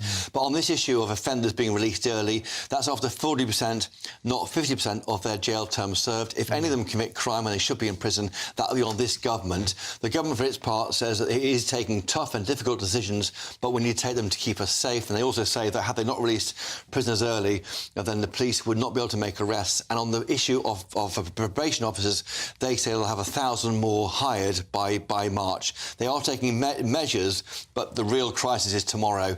It's Labour's get out of free jail. OK, please stick with us, because we're going to now go to our next guest. And we're joined by Chris Brooks, of course, we're joined by Chris Brooks to talk about the pension scandal. Chris, welcome to us. You're the head of policy, of course, at Age UK. You probably overheard there the astonishing report that's emerged from the Labour Party from 2017, their own report claiming 4,000 pensioners could die if the winter fuel allowance had been cut by the Conservative government. That didn't happen, and yet, even though their own data shows there could be grim consequences, they're deciding, Chris, to press ahead. Tell me, how much concern has this caused British pensioners? Well, it's causing people a lot of concern. Obviously, it's really troubling for people who are often on a very low fixed income to hear that they're going to have a payment taken away, something that they were probably depending on, were banking on getting this winter. So in some ways, the biggest problem is the short notice that people are being given. If people had a bit longer to plan, then some people might have been able to make other arrangements, like maybe squirrel a bit of money away, or think about other ways they can sort of keep the heating costs down. But the fact that the qualifying week for the winter fuel payment is just coming up in a couple of weeks, so the short notice is a real problem. And yeah, you're right, it will lead to health problems. There are knock-on impacts of doing this. Often it's about having the confidence as well. So because of the furore that surrounded this, there will be people out there who may be a borderline for being able to afford it or not, but might be taking a difficult decision to not to turn their heating on as a result. And Chris Brooks, I'm also joined in the studio by Chris Hope, our political editor. He has a question for you. Hi, Chris. Just today in the Cabinet meeting, not a single Cabinet Minister spoke against this policy. It wasn't in the election manifesto when we all focused on the issue of the pension lock and that being the increase in the state pension. Have you crunched the numbers, I wonder, on the issue of the benefit? If the 800,000 people also sign up for this support the government's offering, will it wipe out, as we've been told by other experts, the saving of removing the actual overall benefit to all pensioners? Yeah, so about a third of eligible pensioners don't claim pension credit. So that's about 880,000 households and about around 1 million pensioners. So there are a lot of people who, if they claim the support, it would be very expensive for the government. I think it would more than wipe out any savings, actually. But we know from a long history of different governments, of different parties, trying to do take-up campaigns to encourage more people to claim pension credit, that it just doesn't really make any difference. It never makes a huge difference and moves the dial in terms of the number of people claiming it. So really, we need to go a step further. We need to be looking at ways of automating pension credit, which is really difficult, but there are things that can be done, particularly around housing benefit, which is a different benefit, which is administered by local authorities rather than central government. So there are potentially ways of sharing data between the two parties there which could help target people who are eligible for pension credit but not claiming it. So, yeah, it would have implications. We're hopeful that with the PR, some people will claim, but it obviously won't be everybody. It will still fall far short and leave a lot of people in a really difficult position this winter. And Chris, isn't there also an extra dollop of cynicism here? Because these forms can be complicated to fill out, oftentimes that you're sent online to do it. And with all the greatest respect to pensioners, I struggle myself with basic things like parking apps, an interface with technology, a very complicated form to fill out. Is there this almost cynicism that it's so complicated to fill out these forms for pensioners, many just don't even bother on that journey in the first place? Yeah, the form is really tricky. It's over 200 questions. It's not an easy thing to do. And I think most people hate form filling, don't they, on some level? But it's definitely worth persevering. So if you are struggling, it is the way you can get not just pension credit, but all the benefits that pension credit passports you to, which will include the winter fuel payment this winter and other things besides, like free dental treatment. It's really worth doing. So if you're on a low income and you're struggling, I would advise any of your viewers to make a claim. Try and get help with the form, because there are sometimes local organisations, sometimes local age UKs or local authorities that can help people actually go through and fill in the boxes, because you're right, it can be difficult, but it is worth doing. And Chris, could I just ask you for some of the emotional response you've had? We've had hundreds and hundreds of messages from our viewers and listeners saying they're very, very gravely concerned about what this means for them moving into the winter. How concerned are pensioners out there that you've been hearing from? People are very concerned about it. Our petition that we have has just hit 500,000 signatures. So it just shows the strength of feeling out there about it. And we're hearing from people who are saying that without the money, that they ring-fence the winter fuel payment specifically for their heating, and without it, they don't know if they're going to be able to turn the heating on, or they're at least going to have to cut back on it significantly. People are really worried about it, and it will get worse because energy prices have just gone up by 10% as well. So it sort of rubs salt into the wound in a way, and it's going to be a tough winter, I think, for a lot of people. Yeah, thank you very much for joining us. That's the Head of Policy at Age UK, Chris Brooks. Thank you for your time. Now, we'll have lots more on that story, of course, at 5 o'clock, and there's plenty of coverage on our website, gbnews.com, and you've helped to make it the fastest-growing national news website in the country. So thank you very much. And thank you to you as well, Chris Hope, for joining me in the studio. Now, it's time now for the Great British Giveaway, and the biggest cash prize we've ever given away. 36 grand could be yours, and that's like having an extra £3,000 tax-free in your bank account each month for an entire year. Here's all the details that you'll need to try and make it. Watching on demand. Good luck. Good luck with that. Now, today, a damning report claims the National Crime Agency, which is supposed to be behind Sir Keir Starmer's Smash the Gangs plan, is on its knees. Its IT systems are creaking, and almost 25% of senior roles remain vacant, and the report warns of potentially catastrophic implications for both the agency and for the country. More on this in just a moment. I'm Martin Daubney on GB News, Britain's news channel.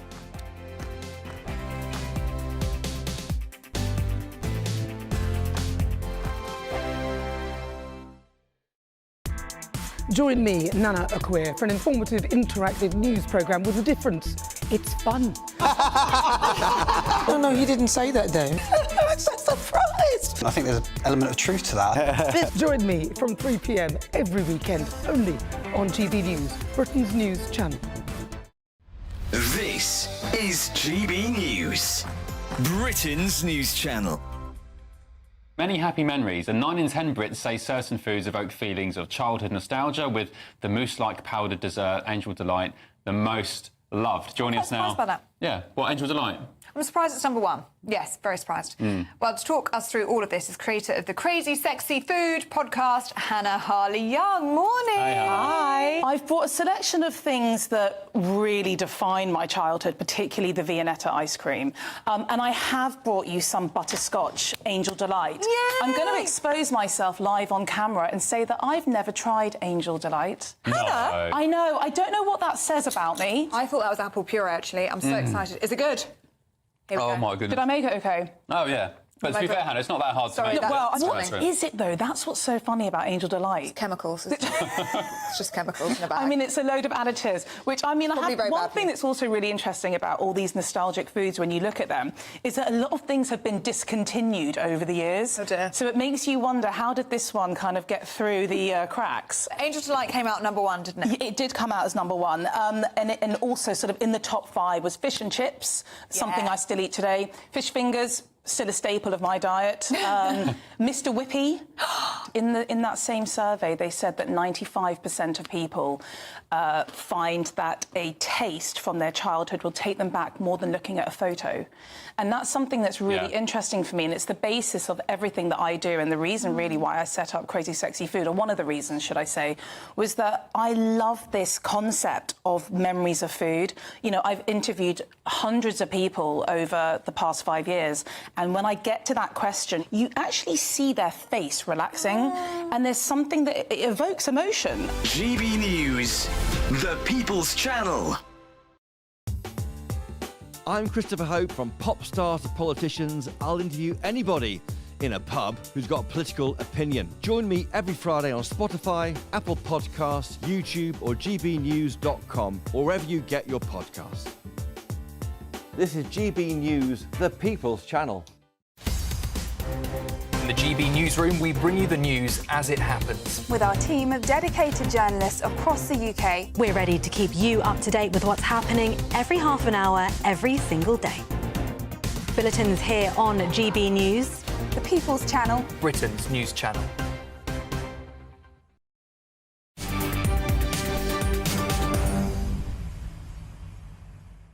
Welcome back. Your time is 4:24. I'm Martin Daubney on GB News. Now, the National Crime Agency, a crucial part of Sir Keir Starmer's plan to tackle organised crime, is facing a crisis, with a damning reports warning of an unprecedented brain drain and also critical vacancies that threaten its ability to fight people smugglers and other serious criminals.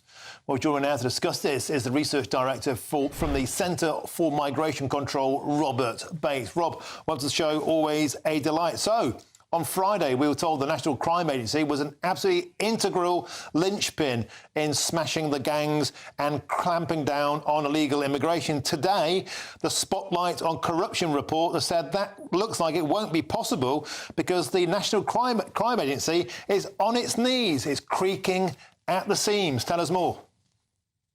Yeah, so this is an absolute disaster for the Labour Party, and it's also a disaster for the country, because what we're essentially seeing is the plans to stop the boats are now being built upon incredibly faulty foundations that simply aren't fit to take the strain that the Labour Party clearly thought that they were going to be able to place upon it.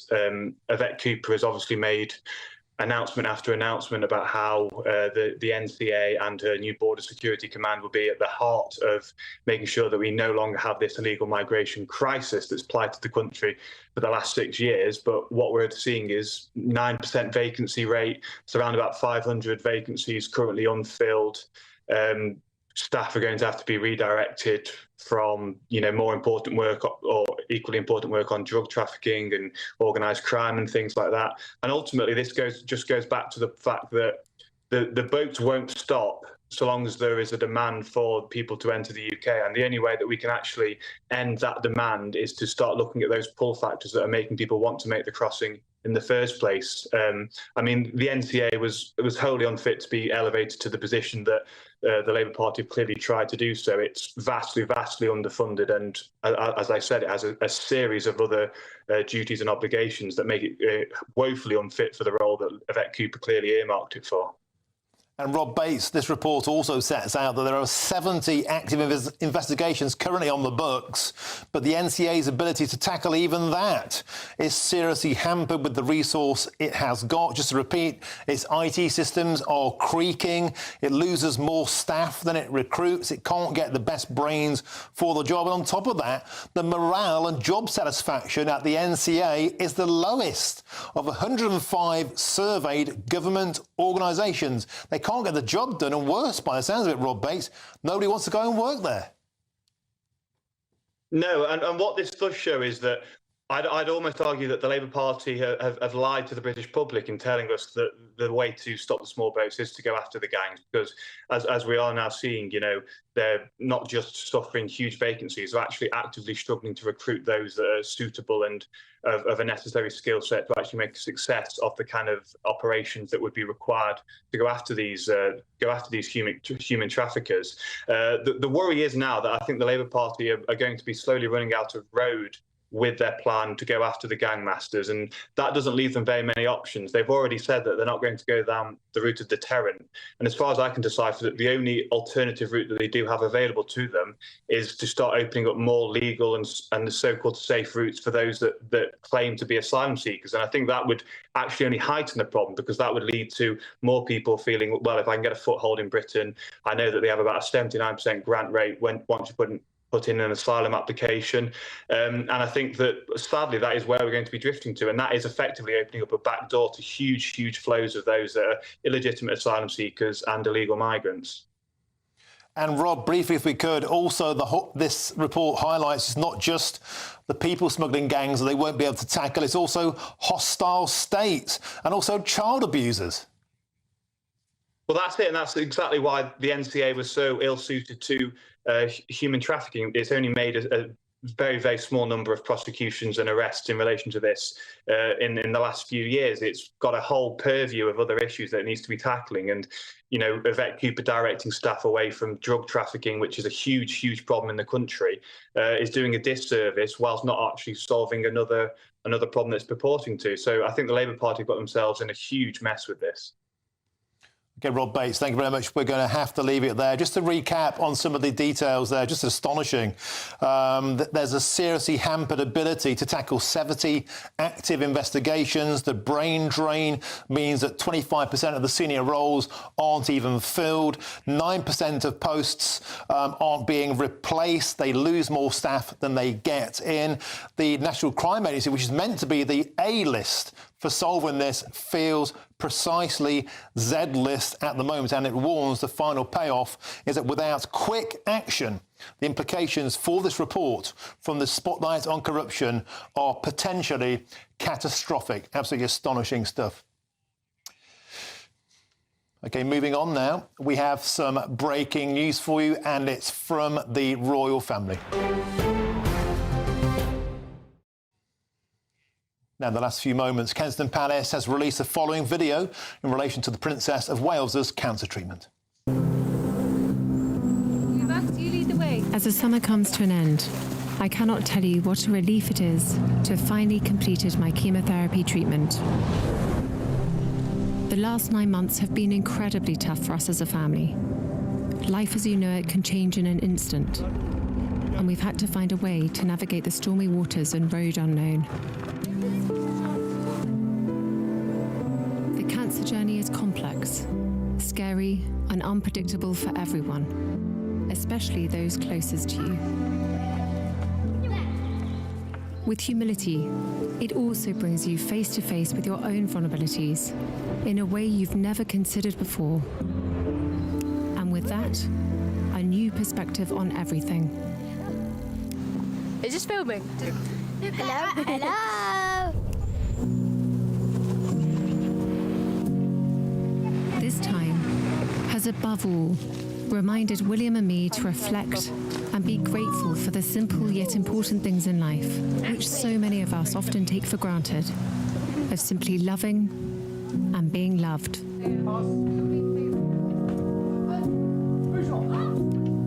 Doing what I can to stay cancer-free is now my focus. Although I have finished chemotherapy, my path to healing and full recovery is long, and I must continue to take each day as it comes. I am, however, looking forward to being back at work and undertaking a few more public engagements in the coming months when I can. Despite all that's gone before, I enter this new phase of recovery with a renewed sense of hope and appreciation of life.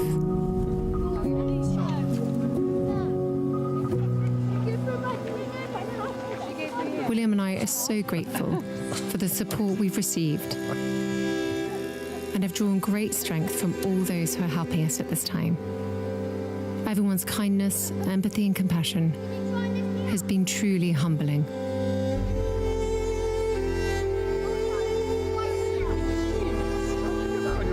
To all those who are continuing their own cancer journey, I remain with you, side by side, hand in hand. It's incredibly moving, and wow. Let's go live now to Kensington Palace and speak to GBNews' royal correspondent, Cameron Walker. Cameron, that was an astonishing video. It was beautiful, it was open, it was frank.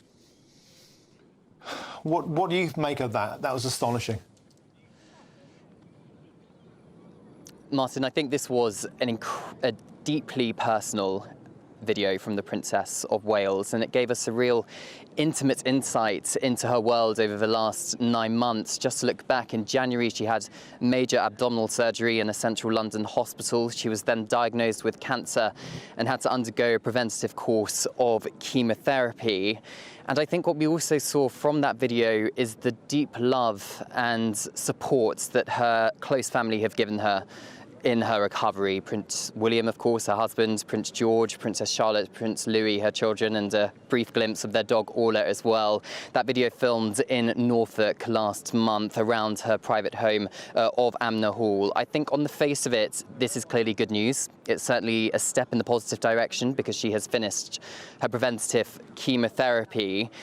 And I understand that the Princess has begun working from home. She is having a number of meetings with her staff and others. I also understand she has started to plan for some future engagements this autumn, including perhaps her carol service for Christmas. Of course, she's had that carol service going on for the last 3 years or so. And she hopes to attend the annual Remembrance Sunday service at the Cenotaph as well. But absolutely nothing is confirmed. I think we can read into this that she still has good days and bad days with her health. There is no suggestion at this stage that she is in remission, only confirmation from Kensington Palace and herself this afternoon that she has completed her course of preventative chemotherapy. And her focus, as she says in that video, the Princess says that she wants to focus on staying cancer-free, and she spoke of that, her relief in that video, at the very top of that video. And she also thanks the public, I understand, for their support and understanding of her absence, mostly absence over the last 9 months or so since she went into hospital for that abdominal surgery. And that filmmaker that made that video, very artsy, wasn't it? It was very intimate, lots of different shots, very emotional, I think it's fair to say, Martin, and I think it is going to tug at the heartstrings of a number of people watching this video this afternoon. It was made by the artistic video maker Will War, and that is the videographer who also shot the Wales's behind-the-scenes video of the coronation back in May 2023. And the Princess ended her video there by talking about other patients of cancer who are going through who are in a similar situation to herself, and voicing her support for them, because clearly everybody's cancer journey is different, and I think perhaps she appreciates the position she's in, and that some perhaps aren't quite so lucky. And she appears that she's looking forward to undertaking a number of engagements, whenever that may be. I understand it's very unlikely that we're going to see the Princess out and about this week. Prince William will be in Wales tomorrow carrying out a number of engagements. The Princess will not be accompanying him in Wales tomorrow. But I think I'm getting the sense that there is hope for optimism here, that she is going to start to carry out a small handful of public external engagements separate to the ceremonial occasions that we have seen her do, perhaps this summer with Trooping the Colour. Of course, we saw her at Wimbledon as well. I suspect if any engagement is going to take place, it will be to do with her early childhood initiative, her early years work. So I think we'll have to wait and see exactly what happens with that. But I think, Martin, for now, it's good news. She has completed her preventative chemotherapy. Not quite out the woods yet, but certainly a step in the right direction. You know, Cameron Walker, I think anybody watching this on their screens would just see there are so many beautiful, poignant moments, you know, time with your children, the hand going through the wheat, the butterfly being released from the hand, the sunlight through the ferns, just everyday scenes. These are the moments that you'll give your life for. To carry on living, driving. It's just a beautiful, beautiful video. I think I'm pretty choked watching it. I'm sure many, many people are watching it at home as well, and just pick back over some of the key lines from that statement, Cameron Walker. This line really leapt out at me. Doing what I can to stay cancer-free is now my focus. Although I have finished chemotherapy, my path to healing and full recovery is long, and I must continue to take each day as it comes. So, Cameron, there's a stoicism there, there's a pragmatism. And what the finale, the payoff here, look at Kate there in the bathed in sunlight, pushing her kids. Oh, my God. Anybody who's lost anybody to cancer will just look at these scenes and just know that these are the moments you give everything for. Cameron, beautiful, beautiful line to end on here. To all those who are continuing their own cancer journey, I remain with you, side by side, hand in hand. Out of darkness can come light. So let that light shine bright. Cameron Walker, it's beautiful. Absolutely, Martin, and it certainly wouldn't surprise me if in the coming months and years we see the Princess of Wales really start to ramp up supports perhaps for cancer charities and organisations, because she herself, of course, knows what so many people tragically have to go through. And you mentioned the highlights of perhaps the video there, the sunlight, the field of wheat, the beach as well with her children. All outside, wasn't it? It was all in nature. And I understand the Princess really has, over the last few months since she's undergone that preventative chemotherapy, really found sanctuary in the natural world. And I think that is a theme that the Princess really wanted to get across in this video message. The simple things in life.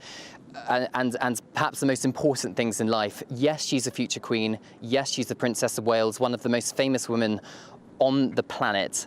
However, for her, her priority over the last 9 months has been her family, has been her recovery, and has been, perhaps, I think for her, most importantly, her 3 children, Prince George, Princess Charlotte and Prince Louis. And perhaps what a relief for them as well, coming back. They've only started school last week at Lambrook School in Berkshire. You know, coming back, their mother is on the road to recovery here with her cancer treatment.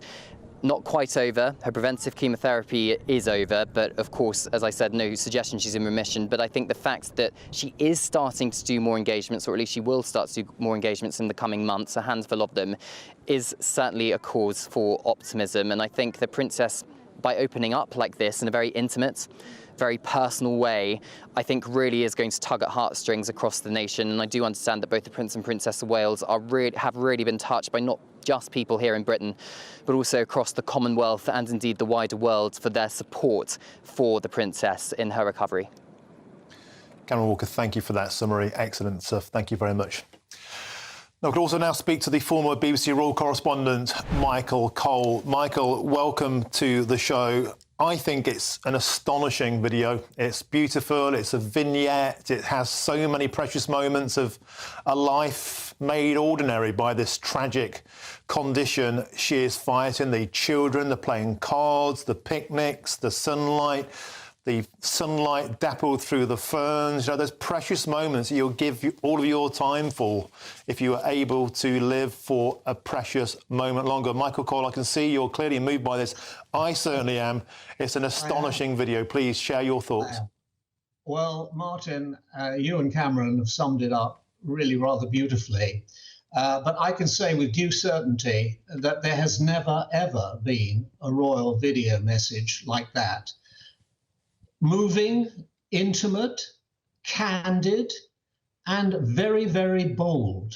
Brilliantly pulled off.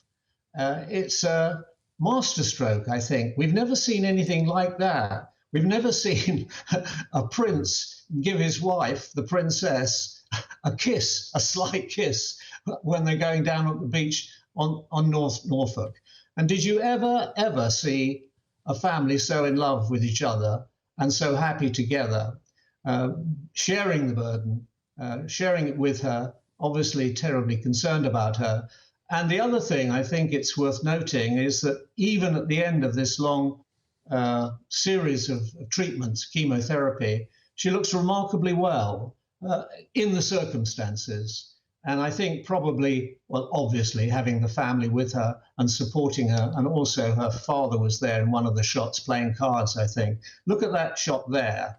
I mean, it's part home movie, but it's part Hollywood.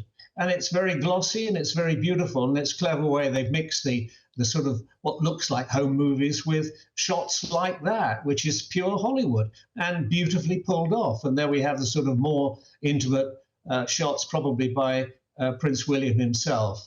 And the children look, well, fantastic holiday they've had. And it's remarkably intimate, at the same time, very personal, and also, as you said, keeping an eye on the big picture, all the people around the world who are also suffering in this way. And I think it will be, many, many people will warm even more closely. And there, of course, was her mother as well, playing cards, whatever it was, a family game. So a remarkable film, brilliantly pulled off. It will have a great impact, and it will be very, very moving for a lot of people. Many people in their families, I think it's 1 in 2 people get cancer these days. A lot of people will be able to relate to this, and they will be so pleased to see her up and about and showing every sign of getting back to her royal routine, which I'm sure is what she wants. What a fantastic shot. And Michael Cole, in terms of the cinematography of this, it has that wonderful feel of the Wonder Years, that Super 8 feel. It's taking us back to all of our yesteryears, the shared precious moments that every family has. And Michael Cole, I was really struck, as I mentioned to Cameron Walker, about the final line of this astonishing video, which is, all the way along, Catherine has brought people into her journey, and she's tried to resonate and reverberate with people out there with also this tragic condition. This line to all of those who are continuing their own cancer journey: I remain with you, side by side, hand in hand. Out of darkness can come light. So let that light shine bright. And coupled, Michael Cole, with those visuals of the sunlight on her face, that feeling that we all have of life. It's an astonishing journey where she's invited people to join it with her, and at the same time offering her condolences, her sympathy, her selflessness, even in her own darkest hours. Martin, I think we can say we've never seen anything like it before. And I think, speaking on behalf of you and Cameron and all the viewers and everybody in the studio, we wish her, of course, the greatest of good fortune. We hope to see her as often as she feels ready to see us. Maybe at the Cenotaph in November, maybe her carol concert at Westminster Abbey at Christmas time. But I think it's very good of her, very kind of her, to take us into her confidence. Obviously, she knows that the love has been expressed out there, and I'm sure she's had sacksfuls of supportive letters. But it's great that she can feel the confidence to come out in this way and tell us how she's feeling, how she's getting on, and the prospects for the future. And we can only hope that they're good prospects and that her every moment is a better moment than the one before. And in terms of the direction of travel of her treatment, Michael Cole, she does say here, although I have finished chemotherapy, my path to healing and full recovery is long, and I must continue to take each day as it comes. So there isn't the fantastic news that the cancer is in remission, but this stage, this painful stage, which so many people know is so difficult to go through, this arduous stage, at least this stage seems to be over. And now she's looking forward in a more positive way here, talking about hoping to return to work. So there's a positive message in there as well, Michael. Yeah, when she revealed originally that very well delivered personal message, which she wrote herself, revealing the fact that she had cancer after all the speculation. She said, I have good days and I have bad days. And I'm quite sure that that is a common experience for people who suffer from cancer. I mean, looking at that, the little boy Louis was now, I think, going up the tree. I'm sure it was. maybe I just hope there was somebody around to catch him. Well, perhaps Dad was there to do that. But there they are, going down towards the North Sea, the big sandy beaches of North Norfolk, nowhere better in the world, enjoying themselves during the summer, staying at Animal Hall. Beautifully accomplished, wholly sincere, and wonderfully moving. And I'm sure it'll give a great deal of comfort to many, many people who are suffering their own little crises, or whatever they are. When you see bravery, what is bravery? It's grace under pressure, isn't it? grace under pressure. I think that was Ernest Hemingway's definition of courage. Well, I think we've seen courage there. And Michael Cole, as you said, we've never seen anything like this.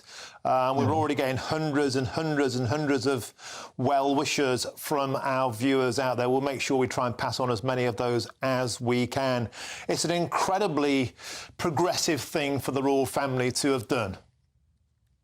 Absolutely. You wouldn't, I think, of in an earlier era, there would have been nothing like that. I can't see any earlier prince being filmed giving his wife a sly kiss as he was, rather movingly in that picture. I mean, if they, I think Tolstoy says all happy families are the same. Well, maybe they aren't. Maybe in this case, it's a royal happy family, but they are showing their togetherness. They're showing their support. They're showing really courage and also having to do it in the public domain. You know, that's tough. That's tough. Everybody's different. Some people want to be extremely private at times like this. But also when we've seen the other, the king, he was undergoing his own cancer treatment, when you've seen him out, you've seen how well he gets on with the other cancer patients that he's met. You know, he obviously has his treatment alone, and when he goes to these cancer clubs where people are all together, he can relate to them and they relate to him. And I think the more that people know about this, the more they know that treatment's available and that it's an ongoing process, and there is success these days. It's not the ultimate killer that it was at one stage. You can actually get in remission, as you said, and that's, I think, the best we can hope for her, an early remission and many, many long years of happiness, family life and royal life, because she is an ornament, an adornment to the monarchy, to the crown. And if you actually went to Hollywood casting agency and you said, cast me a princess, they'd come up with somebody very much like looking like they were looking at there. Superb stuff. Michael Cole, excellent. Thank you so much for your insight. It's always an absolute pleasure. Thank you very, very much. And for more reaction now, I'm joined by the former royal butler, Grant Harold. Grant, welcome to the show. It's an astonishing video. It's beautiful, it's insightful, it's inclusive. Tell me, what are your thoughts on it? As you were saying, very emotional. I mean, watching it, you're holding back the tears, and I'm sure all the other viewers, anyone watching that video, are going to feel the exact same way. And can I say also a sense of pride? You know, feeling very proud of her actually doing this video. Can I also say this is, as Michael just said, this is very unusual. I mean, this video is unlike anything we've seen before. And I think what's, to me, really important, and lucky enough to have known William and Catherine personally and know what they're like, this is very much a reflection of them, because if I can say, the late Queen always said that duty came before everything, obviously, as Queen. However, this is a very different royal family. I'm not saying that duty is very important to them, but however, as Catherine said herself, her family, her health, that is almost what's coming first. And quite rightly, that's what should come first. And that's what they're showing, which is really important for the future, I think, of the royal family. I think they're showing that family does come first. And how many people out there she's going to give inspiration and support to? It's amazing what she's done or what they've done. And I said, just watching this video just gives everybody so much hope and excitement for the future as well. And Grant, isn't that a key point? It's all the way along, it's been inviting people into Kate's journey, her recovery. And the final line, I keep repeating it, but I just find it takes my breath away. To all of those who are continuing their own cancer journey, I remain with you side by side, hand in hand. Out of darkness can come light. So let that light shine bright. Grant Harold, it's just selfless thing to say, thinking of the people, many, many thousands of whom, of course, will be undergoing their own families' cancer journeys. Can I just make a quick reflection there? It's interesting, that statement's really important. And just by mentioning the late Queen during the war, do you remember she once said she could look, or the Queen Mother, should say, said she could look the West End into the eye after the bombing in London. This is obviously a very different time. This is to do with health, to do with cancer. But what Catherine's saying is she can actually support and understand people with not just cancer, with disease. She can actually understand what they're going through. She's been through this herself. And so this is really important, I think, for them to actually, this is why I think they want you to be part of this journey with them, so that we're getting to see that, yes, they're all family, but they're also just like you and me. They're human beings. They laugh, they cry, they suffer.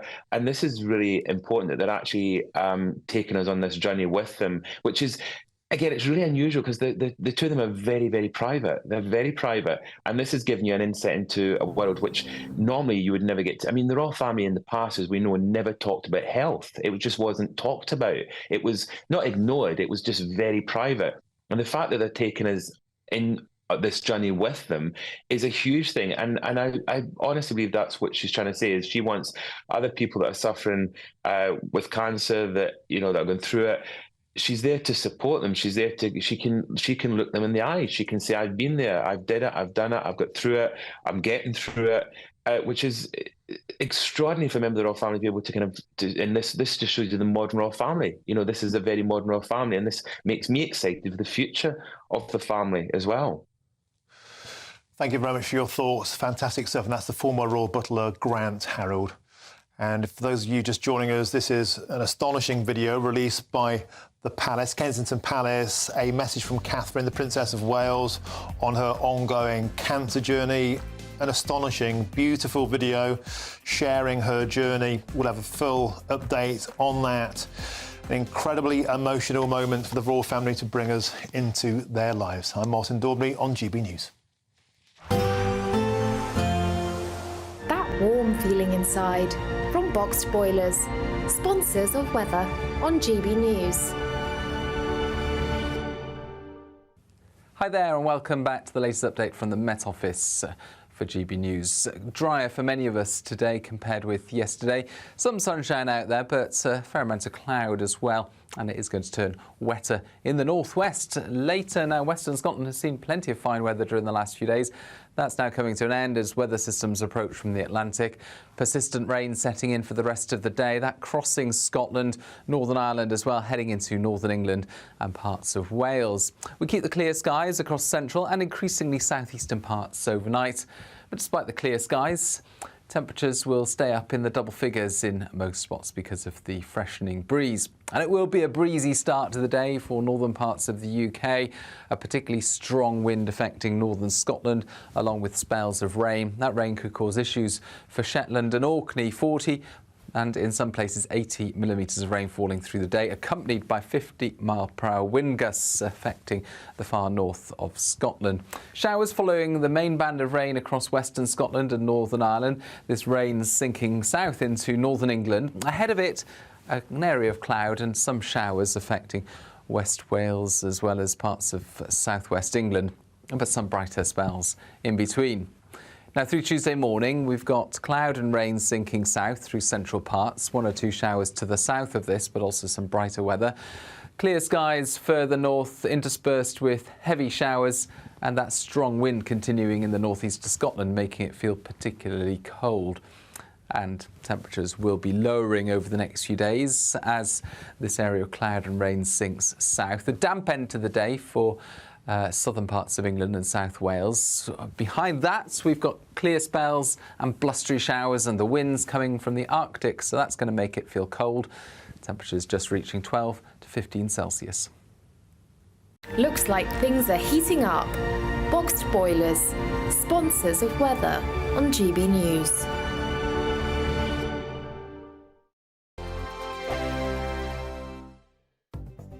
The latest GB News travel. Good afternoon. Hello again. I'm Jules Buckley. Clockwise M60 on the entry slip road at Barton Junction 11. There's a breakdown there. A lane still combed off and it's causing queues. Now lots of queues around the Swanley interchange. This is where the M25 meets the M20. So clockwise M25, a lorry needed a tyre change earlier. So queuing at Junction 3 on the M25. Eastbound M20 from that junction, Swanley Junction 1, down towards the M26, closed and queuing. There's horses on the road, that eastbound side. If you're London bound, that's also seeing traffic now being held from Junction 2, the Brands Hatch circuit through towards Swanley, so that's queuing. And the coastbound M20 from the M26 at 3 to Leybourne at 4, lane 1 is still combed off at the scene of a collision and is queuing. That's the latest. You can stay up to date throughout the day by visiting our website, gbnews.com. There's an incredible... has got you covered. We'll take the burden of reading the day's news, and if we get depressed, who cares? It's an occupational hazard, frankly. That's Headliners on GB News from 11 p.m. till midnight, and the following morning, 5 till 6 a.m. on GB News, the comedy channel. Nah, just kidding. Britain's news channel.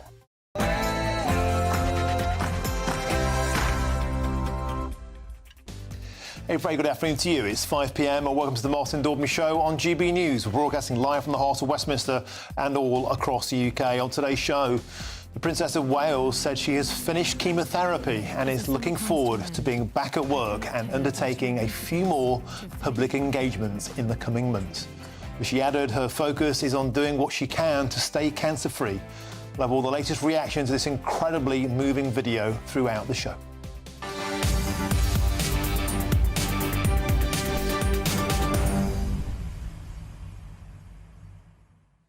Welcome to the show. So an absolutely astonishing, beautiful, inclusive video been launched by Kensington Palace about half an hour ago. Catherine, Princess of Wales, sharing her latest video on her chemotherapy and her cancer journey. It's an astonishing, beautiful thing. And we'll be showing that soon. We've already had hundreds of messages from you to the Princess, and I'll make sure to read out a few of those throughout the show. Please send some more in, gbnews.com/your say. But before we move on, it's time for your headlines, and here's Sophia Wensler.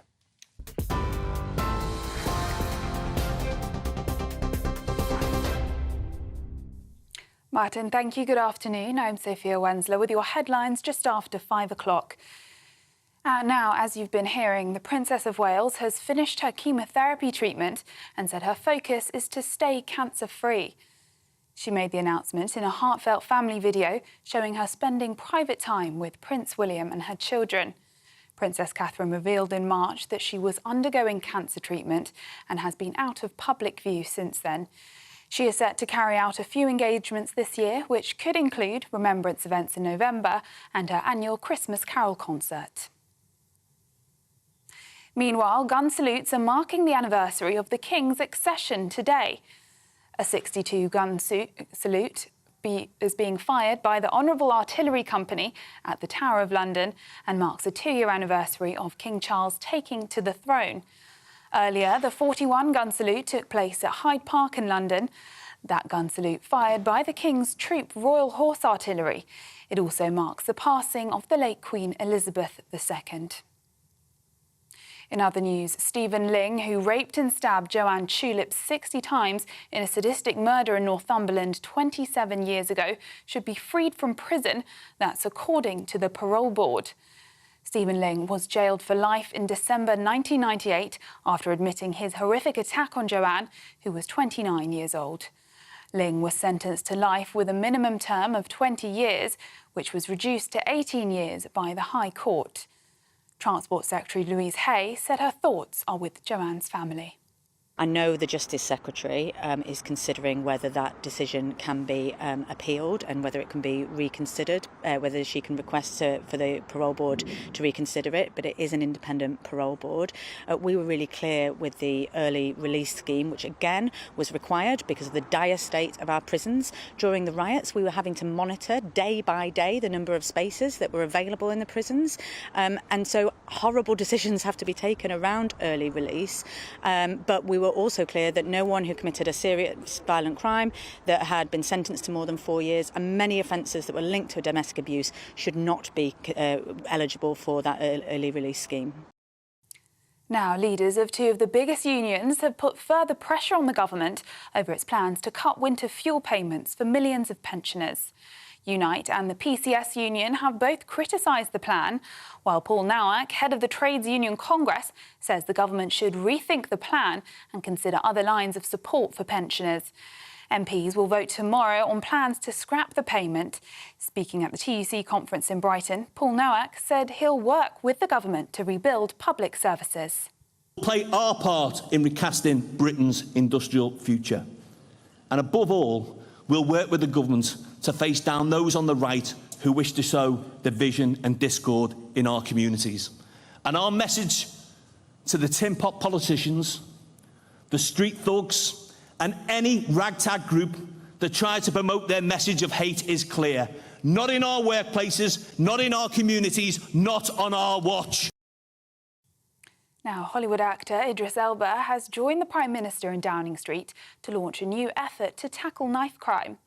Elba, an anti-knife crime campaigner, joined Sir Keir Starmer this morning as he launched the coalition which aims to stop young people from being dragged into violent gangs. The coalition will bring together campaign groups, families of people who've lost their lives to knife crime and young people who've been affected by it, as well as Idris and the Home Secretary, Yvette Cooper. The Metropolitan Police says it's very likely arrests will be made more quickly when it handles large protests in the future. Assistant Commissioner Matt Twist also admitted the force didn't get everything right when policing recent demonstrations. Frequent protests and counter-demonstrations have been held since last October, including by environmental campaigners and from groups calling for a ceasefire in the Israel-Hamas conflict. Protests also developed into rioting and disorder after 3 girls were killed in an attack in Southport in July. And a man who took his own life after appearing on the Jeremy Kyle show was left distraught and broken, an inquest has heard, after he returned from the filming. Steve Diamond's landlady, Michelle Faxter, said she had never seen a man cry so much after he recorded the episode. The 63-year-old was found dead a week later in his room in Portsmouth from the combined effect of an overdose and a heart condition. Those are the latest GB News headlines for now. I'm Sophia Wensler, more in half an hour. For the very latest GB News direct to your smartphone, sign up to News Alerts by scanning the QR code or go to gbnews.com/alerts.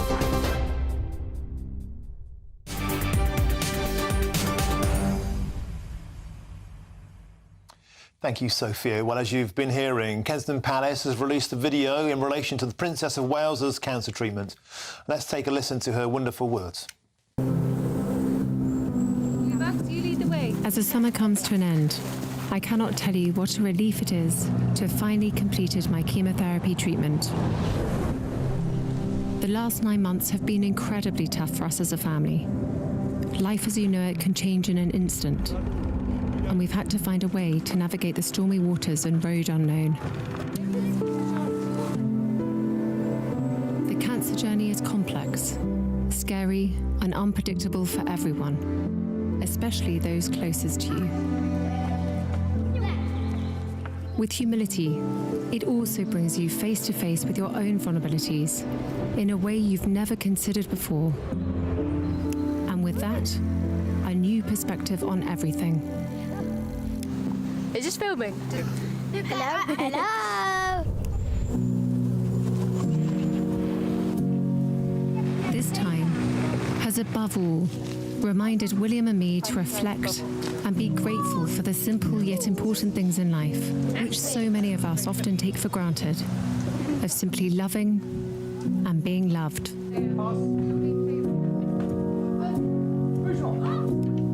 Doing what I can to stay cancer-free is now my focus. Although I have finished chemotherapy, my path to healing and full recovery is long, and I must continue to take each day as it comes. I am, however, looking forward to being back at work and undertaking a few more public engagements in the coming months when I can. Despite all that's gone before, I enter this new phase of recovery with a renewed sense of hope and appreciation of life.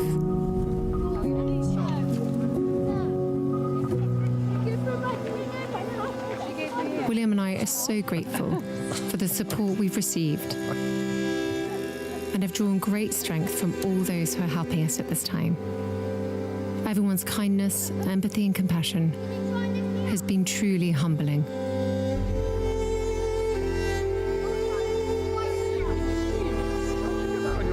To all those who are continuing their own cancer journey, I remain with you, side by side, hand in hand.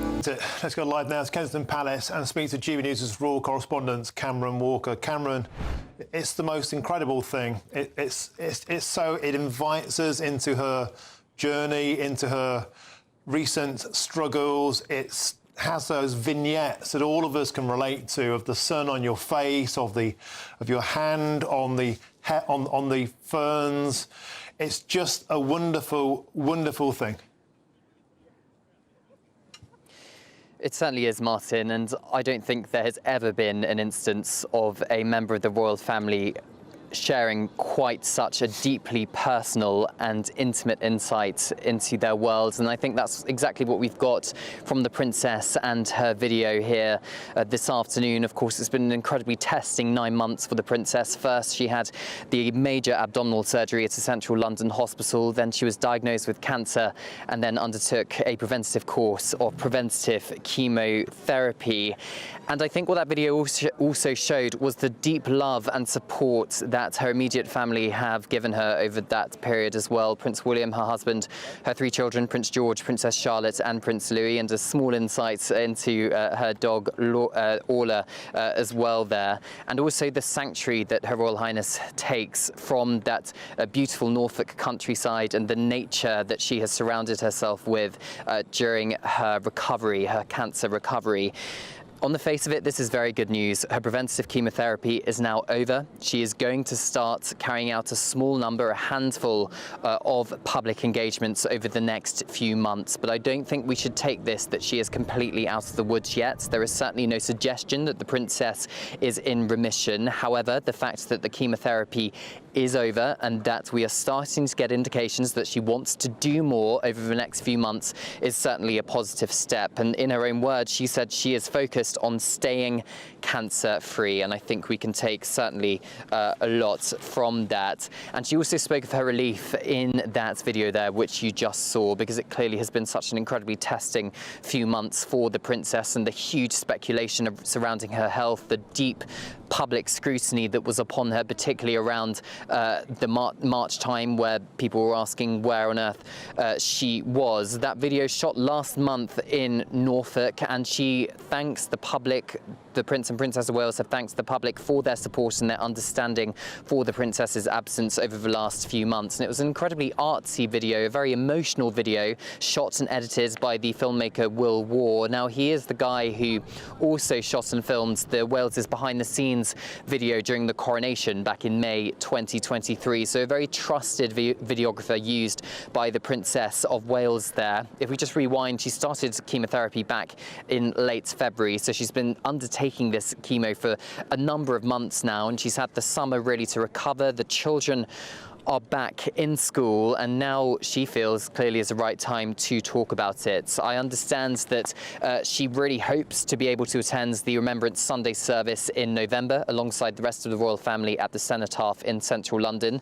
She has also started planning alongside her team the annual carol concert that she holds at Westminster Abbey, but neither of those events are confirmed at this stage. I think I'm getting the indication that she still has good days and bad days with her health, and I think it's going to be a lot closer to the time when we get any kind of confirmation from Kensington Palace whether or not she will be able to undertake those engagements. But separate to those ceremonial events and also her annual traditional events, we have got confirmation this afternoon that the princess does plan to carry out some external public engagements. I suspect perhaps one of those key focuses for the princess over the next few months, clearly on her recovery, but in terms of her work, is her early childhood projects, that early years, trying to highlight support that the first 5 years of a child's life is very important for their future adult selves. So I suspect there'll be some engagements on that over the next few months. But as I say, nothing confirmed at this stage,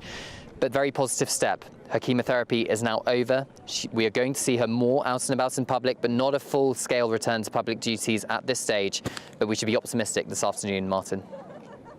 Now, Cameron, what strikes me about watching that video and listening to the wonderful words is how relatable it all is for anybody who's ever lost anybody or has thought about their own mortality. And the line that leaps out is that this time has taught me to reflect and be grateful for the simple yet important things in life which so many of us often take for granted, of simply loving and being loved. And Cameron Walker, those moments of having a picnic with your family, playing cards with your kids, frolicking in the surf with your kids, just holding your partner's hand in the woods, feeling the sun on your face, the small but priceless things that we can all relate to. That video was packed with them as an incredibly inclusive. It invited all of us into her world and to feel what she's going through at this time.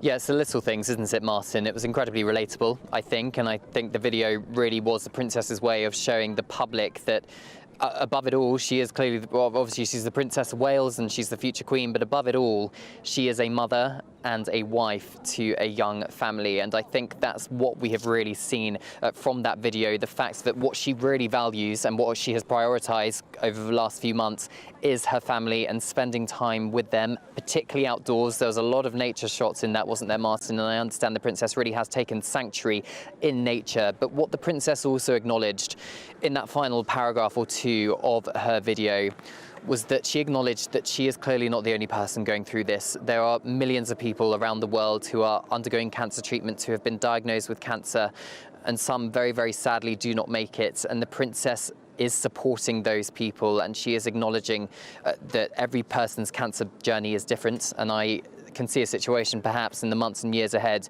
where she's going to give a lot more, perhaps, or at least some public support to those causes, saying that those people who are undergoing chemotherapy right now, undergoing cancer treatment right now, are not alone.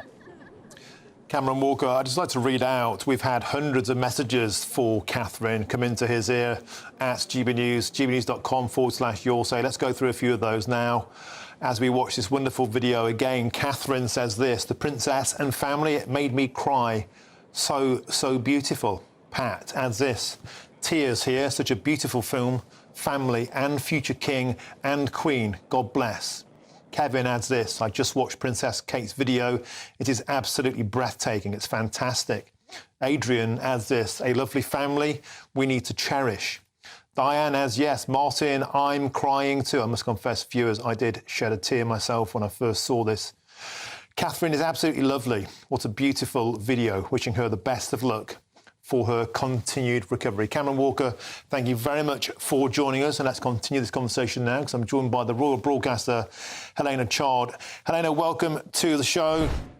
You'd have seen this yourself. It's an incredibly moving video, and the final line of it, as if there weren't sort of moments in there to get you choked, the final line I thought was incredible. It says, to all of those who are continuing their own cancer journey, I remain with you, side by side, hand in hand. Out of darkness can come light, so let that light shine bright. Astonishing sentiments. Absolutely. As we know, gosh, what a heartfelt video. I just went through, I'm sure everyone has, every single emotion.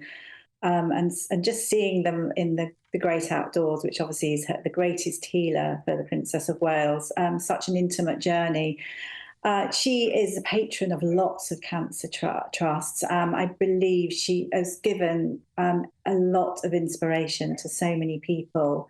And this will mean so much. And we're all so thrilled to hear this fantastic news for the country, you know, for her family and the children. The Prince of Wales, he's had it really quite tough recently, and I think you can really feel it in the emotional video.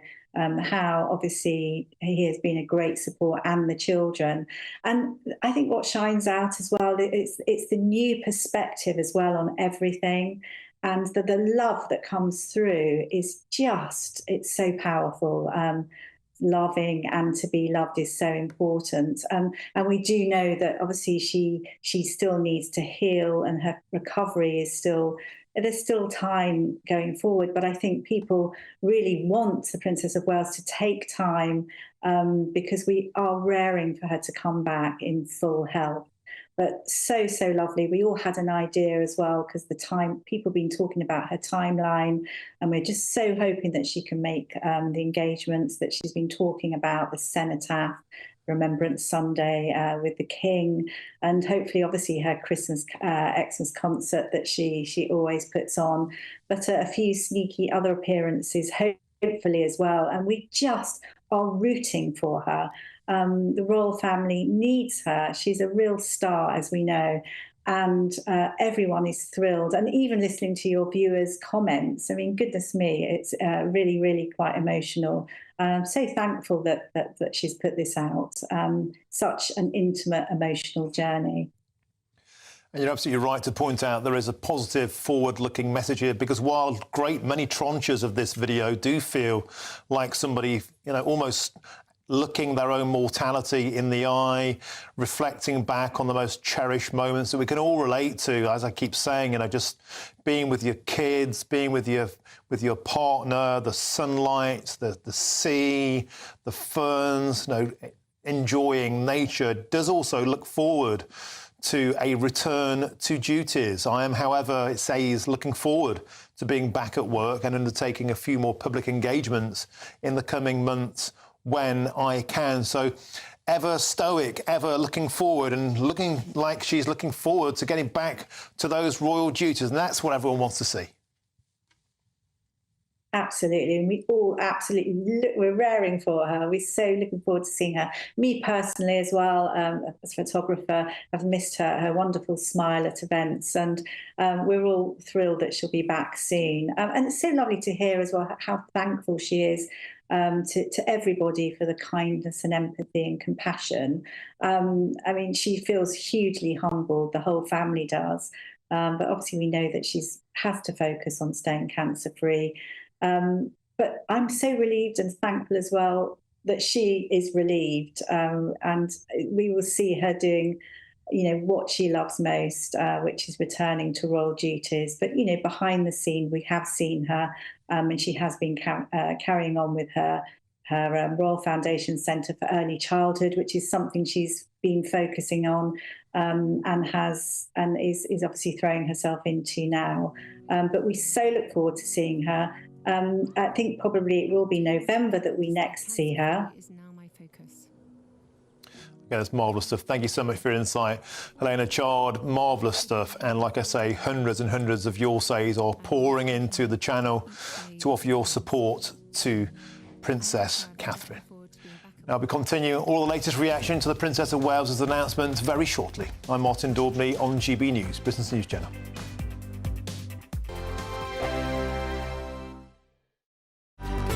Good afternoon, Britain. Your lunchtime update on the stories that matter across the UK. From breaking news and insightful analysis, inspiring stories and lively debates. You're comparing yourself to a former Prime Minister. Which is it? Stay informed, stay updated, stay entertained. I just don't know how anyone would not want to be there. Every weekday from midday. We are Good Afternoon Britain, only on GB News. Britain's news channel. This is GB News, Britain's news channel. More than half of people aged 50 and over feel happier from having a friendship, and 46% feel a sense of belonging too. Tomorrow is the start of Friendship Month. The Oddfellows, a non-profit friendly society that provides older adults with opportunities to create new friendships, is now inviting more people this September to join their local groups and expand their friendship circles through giving a taster activity at local community centres. We're joined now by Jane Nelson, who's the CEO of Oddfellows. Good morning, Jane. Thanks for joining us. As someone in my mid-30s, I've even noticed as well that my own friendship group has diminished over the years as kind of, people get married and have kids and they kind of drift apart and don't make time for each other. How important is it to have friends separate to your family? What benefit does that bring you? As you do get older, you do lose friends for a variety of reasons. Either you lose touch or they have an illness or they pass away as you get older. The stats show that people love spending time with their friends. It always takes somebody, doesn't it? Somebody's got to make that first step, to send a text to say, do you fancy meeting up for coffee, or do you fancy going to the pub, or whatever the arrangement's going to be. But sometimes somebody always has to be that make that first step and text or phone. And I think the other key thing is it usually tends to be the same person, but that doesn't matter as long as that connectivity is made, because that's what you need. You need the connectivity. If you think about when we were children, we'd go around the playground and say, will you be my friend? Well, we don't tend to do that as we get older. But be brave. Look on Oddfellow's website, see all the amazing events we've got on. Go to see what's going on in your area. Oddfellows.co.uk, or you can telephone 0800 028 1810. And our team will be more than happy to point them in the right direction of their local events. And there's so much going on, 300 going on. GB News, the People's Channel. I'm Christopher Hope. And I'm Gloria DiPiero, bringing you PMQ's Live here on GB News. Whenever Parliament is in session on a Wednesday at midday, we'll bring you live coverage of Prime Minister's questions. We'll be asking our viewers and listeners to submit the questions that they would like to put to the Prime Minister, and we'll put that to our panel of top politicians in our Westminster studio. That's PMQ's Live here on GB News, Britain's news channel.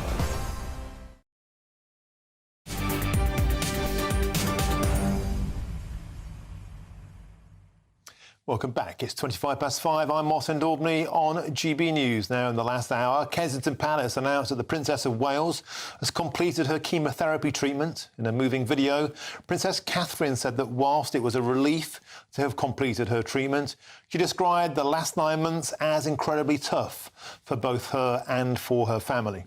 She also said she remained with those continuing on their own cancer journeys. Let's get the thoughts now of the former Royal Correspondent at The Sun, Charles Ray. Charles, welcome to the show.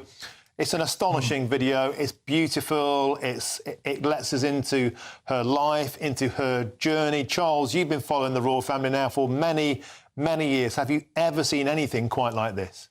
Well, no, I've never seen anything like this at all. It's just fantastic news that Catherine is now finished chemotherapy. It doesn't mean that she's out of the woods yet. There's still a long way to go, but she's going to come back, a few light duties, and will continue with whatever treatment needs to be carried out. But this video is just sensational. It just shows a fabulous, loving family. And I like as well in the talk over where she is continuing to think about, as she always has done, about cancer patients who are continuing with their battle, and she's there they're uppermost in her mind.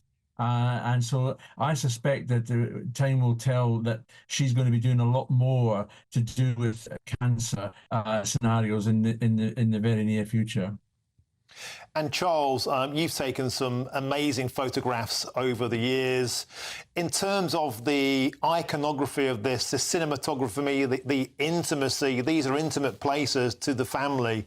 To let the public inside of that, to see these locations, the family doing, in many senses, Charles, very, very ordinary, everyday things. But that in itself is the masterstroke, isn't it?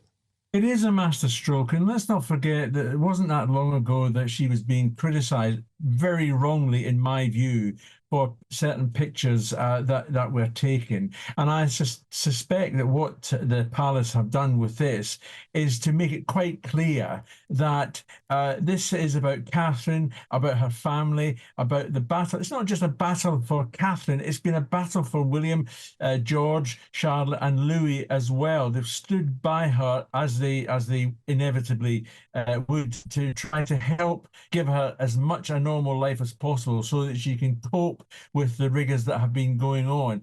And I think if anybody takes umbrage at this this video, they really need to get a life. And one other thing, Martin, I am ashamed of some of the people who have continually criticised the Princess of Wales in her battle over this few months, and I hope they are ashamed of themselves. I absolutely agree with that, Charles. And another masterstroke of this is the family controlling the narrative, putting out messages like this, with so much detail, with so much involvement and involving people with their own journeys. The final payoff line of this was incredible, Charles, to all of those who are continuing their own cancer journey.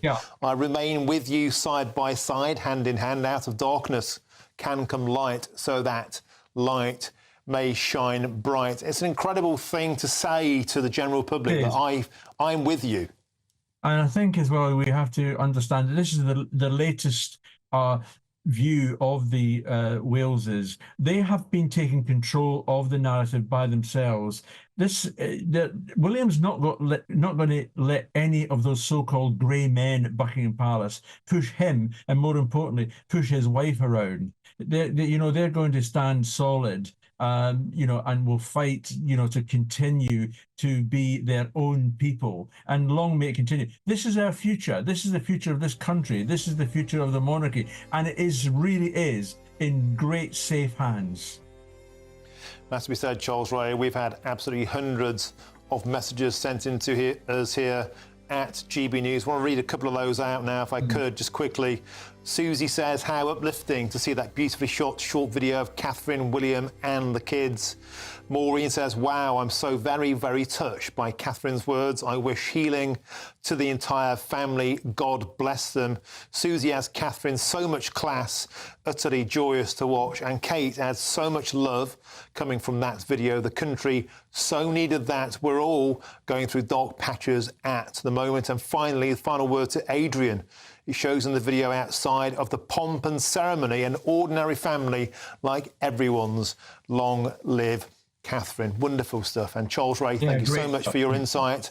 As ever, it's always a pleasure to talk to you. Thank you very much. And that's the former royal correspondent at The Sun, Charles Ray. Now, lots more still to come between now and 6 o'clock, and I'll be joined by Sir Jacob Rees-Mogg for his thoughts on tomorrow's vote on cutting pensioners' winter fuel payments. But first, is your latest news headlines with Sophia Wesley.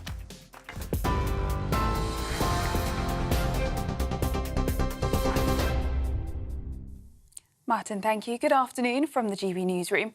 Your headlines. As you've been hearing, the Princess of Wales has finished her chemotherapy treatment and said her focus is to stay cancer-free. She made the announcement in a heartfelt family video showing her spending private time with Prince William and her children. Princess Catherine revealed in March that she was undergoing cancer treatment and has been out of public view since then. She is now set to carry out a few engagements this year, which could include remembrance events in November and her annual Christmas Carol concert. Meanwhile, gun salutes are marking the anniversary of the King's accession today. A 62-gun royal salute being fired by the Honourable Artillery Company at the Tower of London and marks a 2-year anniversary of King Charles taking to the throne.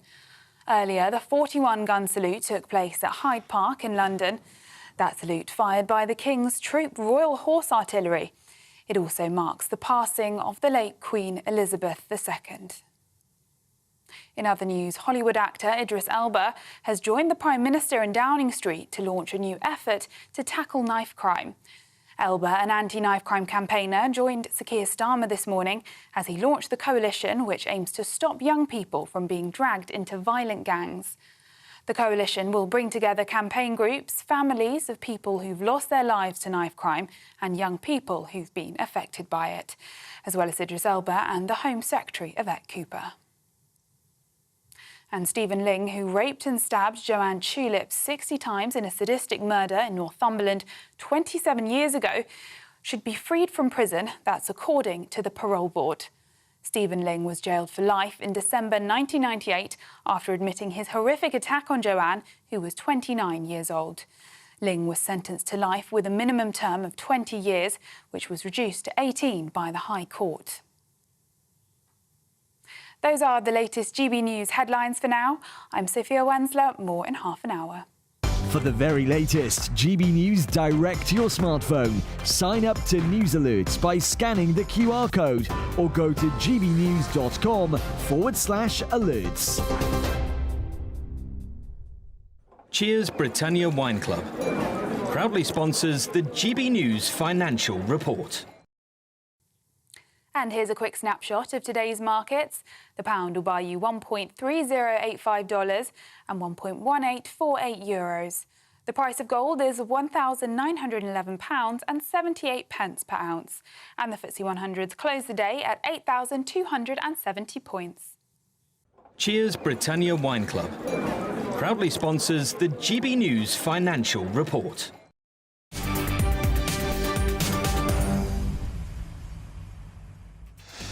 Thank you, Sophia. Now, if you want to get in touch, simply go to gbnews.com/you're saying. Please keep sending in your messages to Princess Catherine and make sure to read out the best before the end of the show. I'm Martin Daubney on GB News, Britain's news channel. Hi there and welcome back to the latest update from the Met Office for GB News. Drier for many of us today compared with yesterday. Some sunshine out there, but a fair amount of cloud as well. And it is going to turn wetter in the northwest later. Now, Western Scotland has seen plenty of fine weather during the last few days. That's now coming to an end as weather systems approach from the Atlantic. Persistent rain setting in for the rest of the day. That crossing Scotland, Northern Ireland as well, heading into northern England and parts of Wales. We keep the clear skies across central and increasingly southeastern parts overnight. But despite the clear skies, temperatures will stay up in the double figures in most spots because of the freshening breeze. And it will be a breezy start to the day for northern parts of the UK. A particularly strong wind affecting northern Scotland, along with spells of rain. That rain could cause issues for Shetland and Orkney, 40 and in some places 80 millimetres of rain falling through the day, accompanied by 50-mile-per-hour wind gusts affecting the far north of Scotland.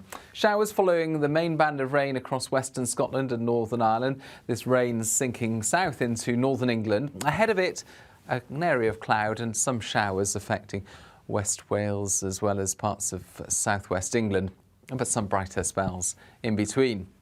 Now, through Tuesday morning, we've got cloud and rain sinking south through central parts. 1 or 2 showers to the south of this, but also some brighter weather. Clear skies further north, interspersed with heavy showers, and that strong wind continuing in the northeast of Scotland, making it feel particularly cold. And temperatures will be lowering over the next few days as this area of cloud and rain sinks south. A damp end to the day for southern parts of England and South Wales. Behind that, we've got clear spells and blustery showers and the winds coming from the Arctic, so that's going to make it feel cold. Temperatures just reaching 12 to 15 Celsius. The latest GB News travel. Good afternoon, I'm Johnny Ratner. Problems this afternoon to the west of Manchester Airport. The A538, the Wilmslow Road, is closed just south of the M56. Investigation work is taking place off the Hell Four Seasons roundabout following a serious accident. In the West Midlands, the Stourbridge Road remains shut between Cinderbank Island and Scots Green Island at Dudley following an accident causing long queues. On the Surrey stretch of the M25, the motorway is partly blocked anti-clockwise by an obstruction of some kind at junction 10 of the A3 in the roadwork section of Wisley. Long queues back towards the M3. And the M20 in Kent is closed eastbound from the M25 through to the M26. Horses are on the motorway. Onto public transport finally, and children's services are a stand northbound at Dorridge following a points failure. That's the latest. You can stay up to date throughout the day by visiting our website, gbnews.com.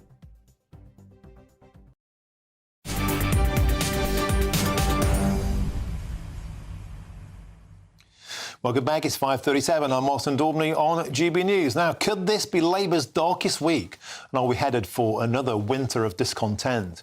Well, tomorrow, Sir Keir Starmer faces the first major rebellion of his premiership as MPs are voting on scrapping the controversial pensioners' winter fuel allowance. And, of course, this comes as tomorrow we'll also see a mass release of 2,000 prisoners back onto the streets, which shockingly includes a high proportion of domestic abusers. And if things couldn't get much worse for the Prime Minister, the Law Enforcement Agency, the National Crime Agency, at the forefront of Sir Keir Starmer's plan to smash the gangs, is said to be in crisis, putting at risk its ability to take on people smugglers and other organised criminals. Well, to chew this over, I can now speak with GB News presenter Sir Jacob Rees-Mogg, who joins me in the studio. An absolute delight to have you. Well, thank you for having me on your programme. No, it's a very difficult week for Labour, but on my programme we'll also be discussing the good news about the Princess of Wales with Angela Levin, the wonderful video that's come out, and what a relief this is for the country at large. So there is at least some good news. Yes. On the political front, Labour's making a complete hash of things. And Keir Starmer, Labour Party, when he was on the front bench, said that getting rid of the winter fuel allowance would kill 4,000 pensioners. And now this doesn't seem to worry him. Now, there are all sorts of arguments to be had about universal benefits and how you keep them under control. But if you tell the British people that it will kill 4,000 people, and then you do it, either you were lying then or you're heartless now. You can't have any middle way. And the vote tomorrow will be interesting because the Labour whips were quite ruthless with people who voted against the King's speech. And that was quite proper because the King's speech is the vote of confidence in the government as a whole, and taking the whip away would be normal practice. It would be extraordinarily draconian to take the whip away from anybody who voted against the government tomorrow. Highly unusual in recent parliamentary practice. And the other thing the rebels should bear in mind is the more of them who vote against, the harder it is to take the whip away. So those who are thinking of abstaining should bear in mind that if 30 of them vote against, they won't take the whip away from 30. If 3 of them vote against, they may. There is strength in numbers. Despite that, though, it looks like mass abstention may be the route forward.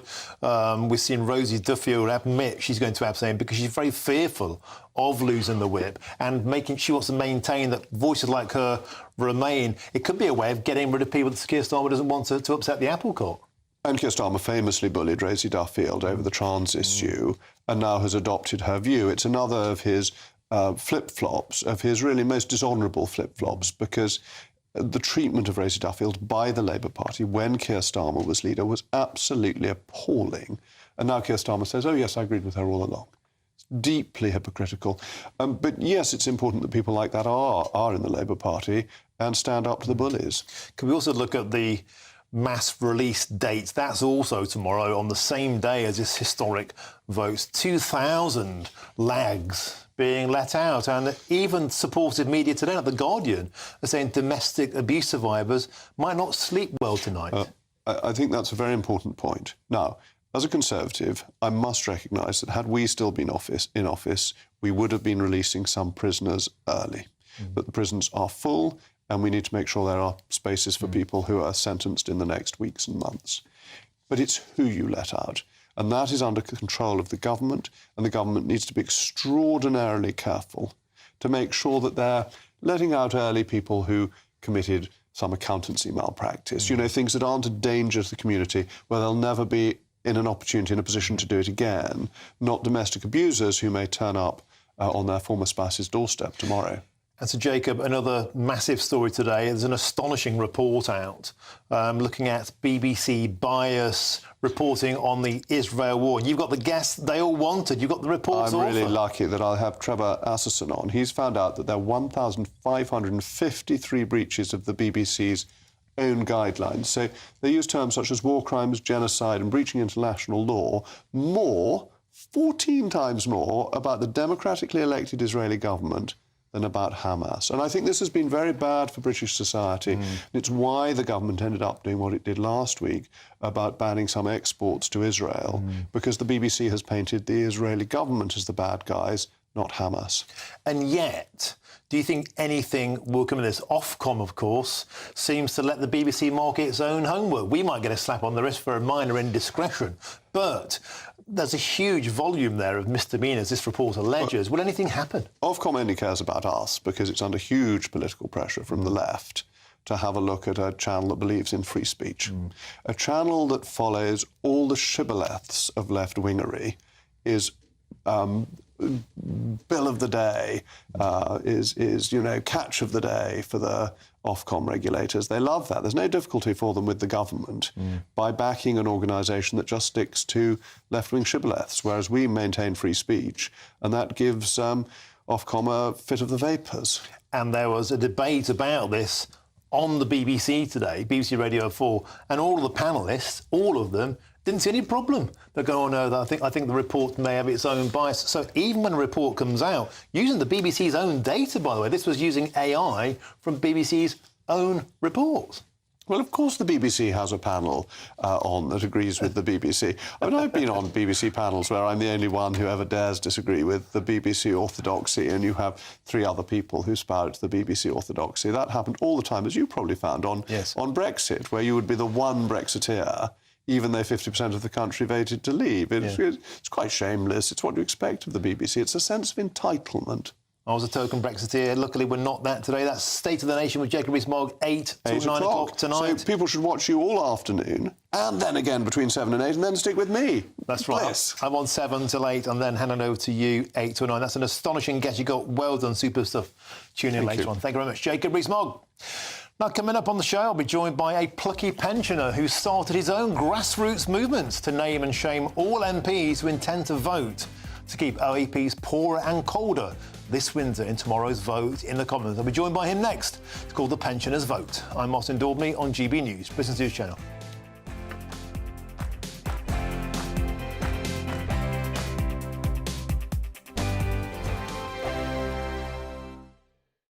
It's Patrick Christie's Tonight, and here we do things differently. It's explaining the absolute madness of this, doesn't it? It's explosive. I mean, this is very good. It's lively. 850. Your government sat there, Sean, and it did nothing. It's controversial. And the Middle East has been in turmoil since before I was born. It's everything you need to kickstart your evening. Everyone's had their Weetabix tonight. I love to see it. That's Patrick Christie's Tonight, weeknights from 9 p.m.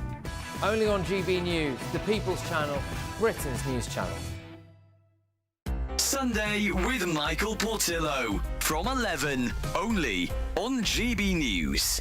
Janis Joplin shot to fame in 1967, but after releasing 3 albums, she was dead 3 years later at the age of 27, having overdosed on heroin. Yes, very, very brief life, but towering influence. People like Pink in the modern day have said that she is the influence. But she was around so briefly, I guess, burned very brightly and a very troubled soul. And what we've got is A Night with Janis Joplin, the musical. And I think a lot of the problems, it's been getting very mixed reviews, and I think the problem is with this subtitle, the musical.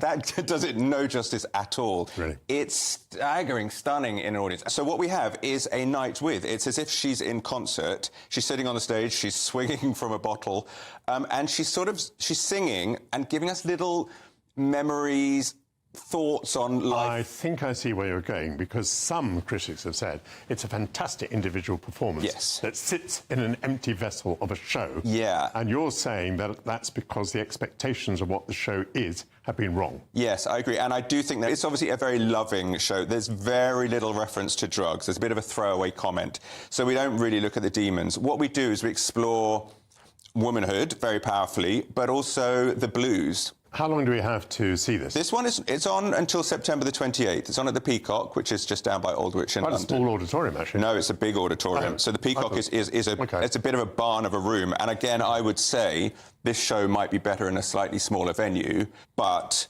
I cannot recommend the performances highly enough. GB News, the People's Channel. Hi there, I'm Michelle Dewberry, and I'm going to take a second to tell you all about my show, Dubes & Co. We start off with the issues of the day. We then bring in both sides of the argument. We get rid of the disrespect. And then you throw me into the mix. And trust me, I'll tell it exactly how it is. And then, of course, the magic ingredient, you at home. We mix it all together, and what have we got? In my opinion, the best debate show in town. Monday to Friday, 6 till 7 on GB News, Britain's news channel.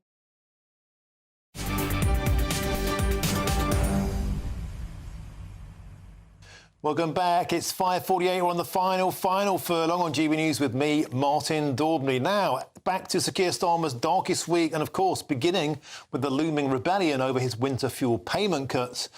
Well, one plucky pensioner has started his own grassroots movement to name and shame all MPs who vote to keep OAPs poorer and colder this winter in tomorrow's crucial vote in the Commons. And I can now speak with that man.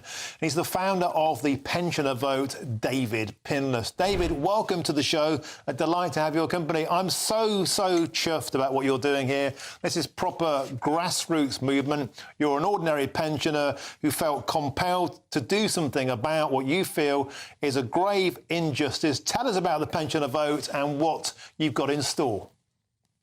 Good afternoon, Martin, and thank you for having me on the show. I live in a rural community, and many of our neighbours and friends are pensioners. Some of them are very alarmed about what may happen to them this winter. And We were told before the election that Labour was a party for pensioners. 3 months into the Labour government, they are now possibly voting to scrap the winter fuel allowance. So our vote didn't count. We feel disenfranchised. I contacted a number of MPs to talk about it, and some of them were very supportive. In fact, 3 Labour MPs have told me that they plan to vote against the government. On the other hand, one Labour cabinet minister has blocked me on Twitter, presumably because she found my questions, polite as they were, too uncomfortable to answer. So left with this, I felt there was no other choice but to try and shame the government into voting not to scrap the winter fuel allowance. So I started this website called thepensionervote.com. And if you go there, scroll down or scroll up, whichever way you look at scrolling, find the link that says, sorry, that says, not the winter fuel allowance, sorry, the... Hello? I'm sorry, you lost me there for a second. Find the list of shame, sorry, scroll down, find the list of shame, go to that page. You were showing it on your screen a moment ago. You'll see that all 650 MPs are listed there. They are all coloured green. What will happen is that those who vote to scrap the winter fuel payment, they will turn red. Those who abstain will turn blue. May I just add that, in my opinion, and in the opinion of my friends and neighbours, abstaining is just as bad as voting to scrap the winter fuel payment. It's an act of cowardice.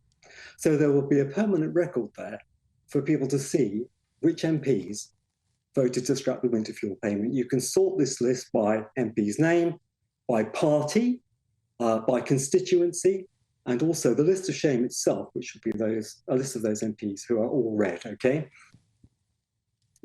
And David, with that list, what do you intend to do? Presumably, this would be very good electoral material for rival political parties who will basically be able to go out there, David Pinless, and say, hey, look, here's your MP, he or she, they voted to cut the winter fuel allowance, and they seem to agree with a report that came out in 2017 by the Labour Party, which said that 4,000 pensioners would perish if Theresa May cut the winter fuel allowance. She didn't do that, but most likely because of the sheer volume of the supermajority in Parliament tomorrow, David, we're going to see this get through. What do you think that says about the Labour Party's attitude to pensioners? Presumably, if they thought 4,000 people would die in 2017, they're quite happy for that to happen now.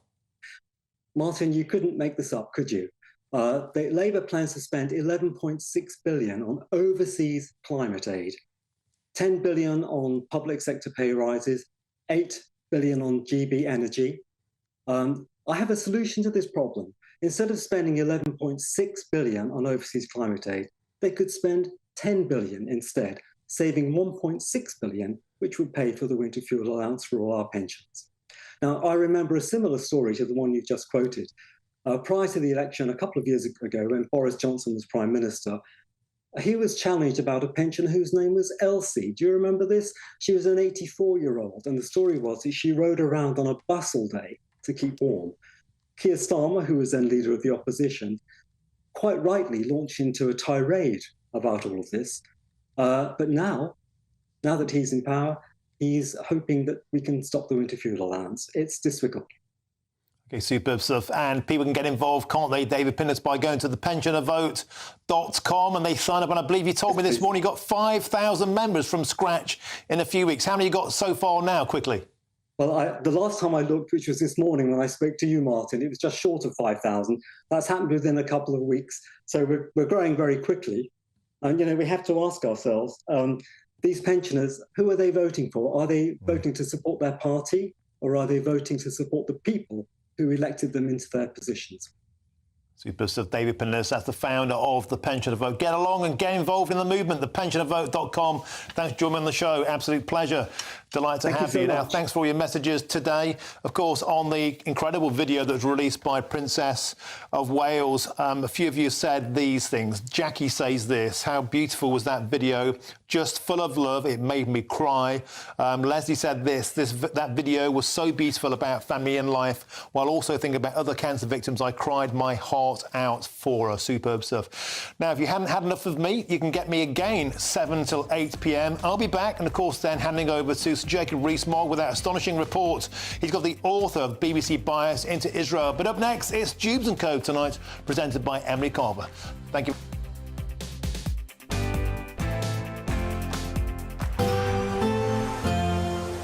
Looks like things are heating up. Boxed boilers, sponsors of weather on GB News. Hi there and welcome back to the latest update from the Met Office for GB News. Drier for many of us today compared with yesterday. Some sunshine out there, but a fair amount of cloud as well. And it is going to turn wetter in the northwest later. Now, Western Scotland has seen plenty of fine weather during the last few days. That's now coming to an end as weather systems approach from the Atlantic. Persistent rain setting in for the rest of the day. That crossing Scotland, Northern Ireland as well, heading into northern England and parts of Wales. We keep the clear skies across central and increasingly southeastern parts overnight. But despite the clear skies, temperatures will stay up in the double figures in most spots because of the freshening breeze. And it will be a breezy start to the day for northern parts of the UK. A particularly strong wind affecting northern Scotland, along with spells of rain. That rain could cause issues for Shetland and Orkney. 40 and in some places 80 millimetres of rain falling through the day, accompanied by 50-mile-per-hour wind gusts affecting the far north of Scotland. Showers following the main band of rain across western Scotland and Northern Ireland. This rain sinking south into northern England. Ahead of it, an area of cloud and some showers affecting West Wales as well as parts of southwest England, but some brighter spells in between. Now, through Tuesday morning, we've got cloud and rain sinking south through central parts. 1 or 2 showers to the south of this, but also some brighter weather. Clear skies further north, interspersed with heavy showers, and that strong wind continuing in the northeast of Scotland, making it feel particularly cold. And temperatures will be lowering over the next few days as this area of cloud and rain sinks south. The damp end to the day for southern parts of England and South Wales. Behind that, we've got clear spells and blustery showers and the winds coming from the Arctic, so that's going to make it feel cold. Temperatures just reaching 12 to 15 Celsius. That warm feeling inside from Boxed Boilers, sponsors of weather on GB News.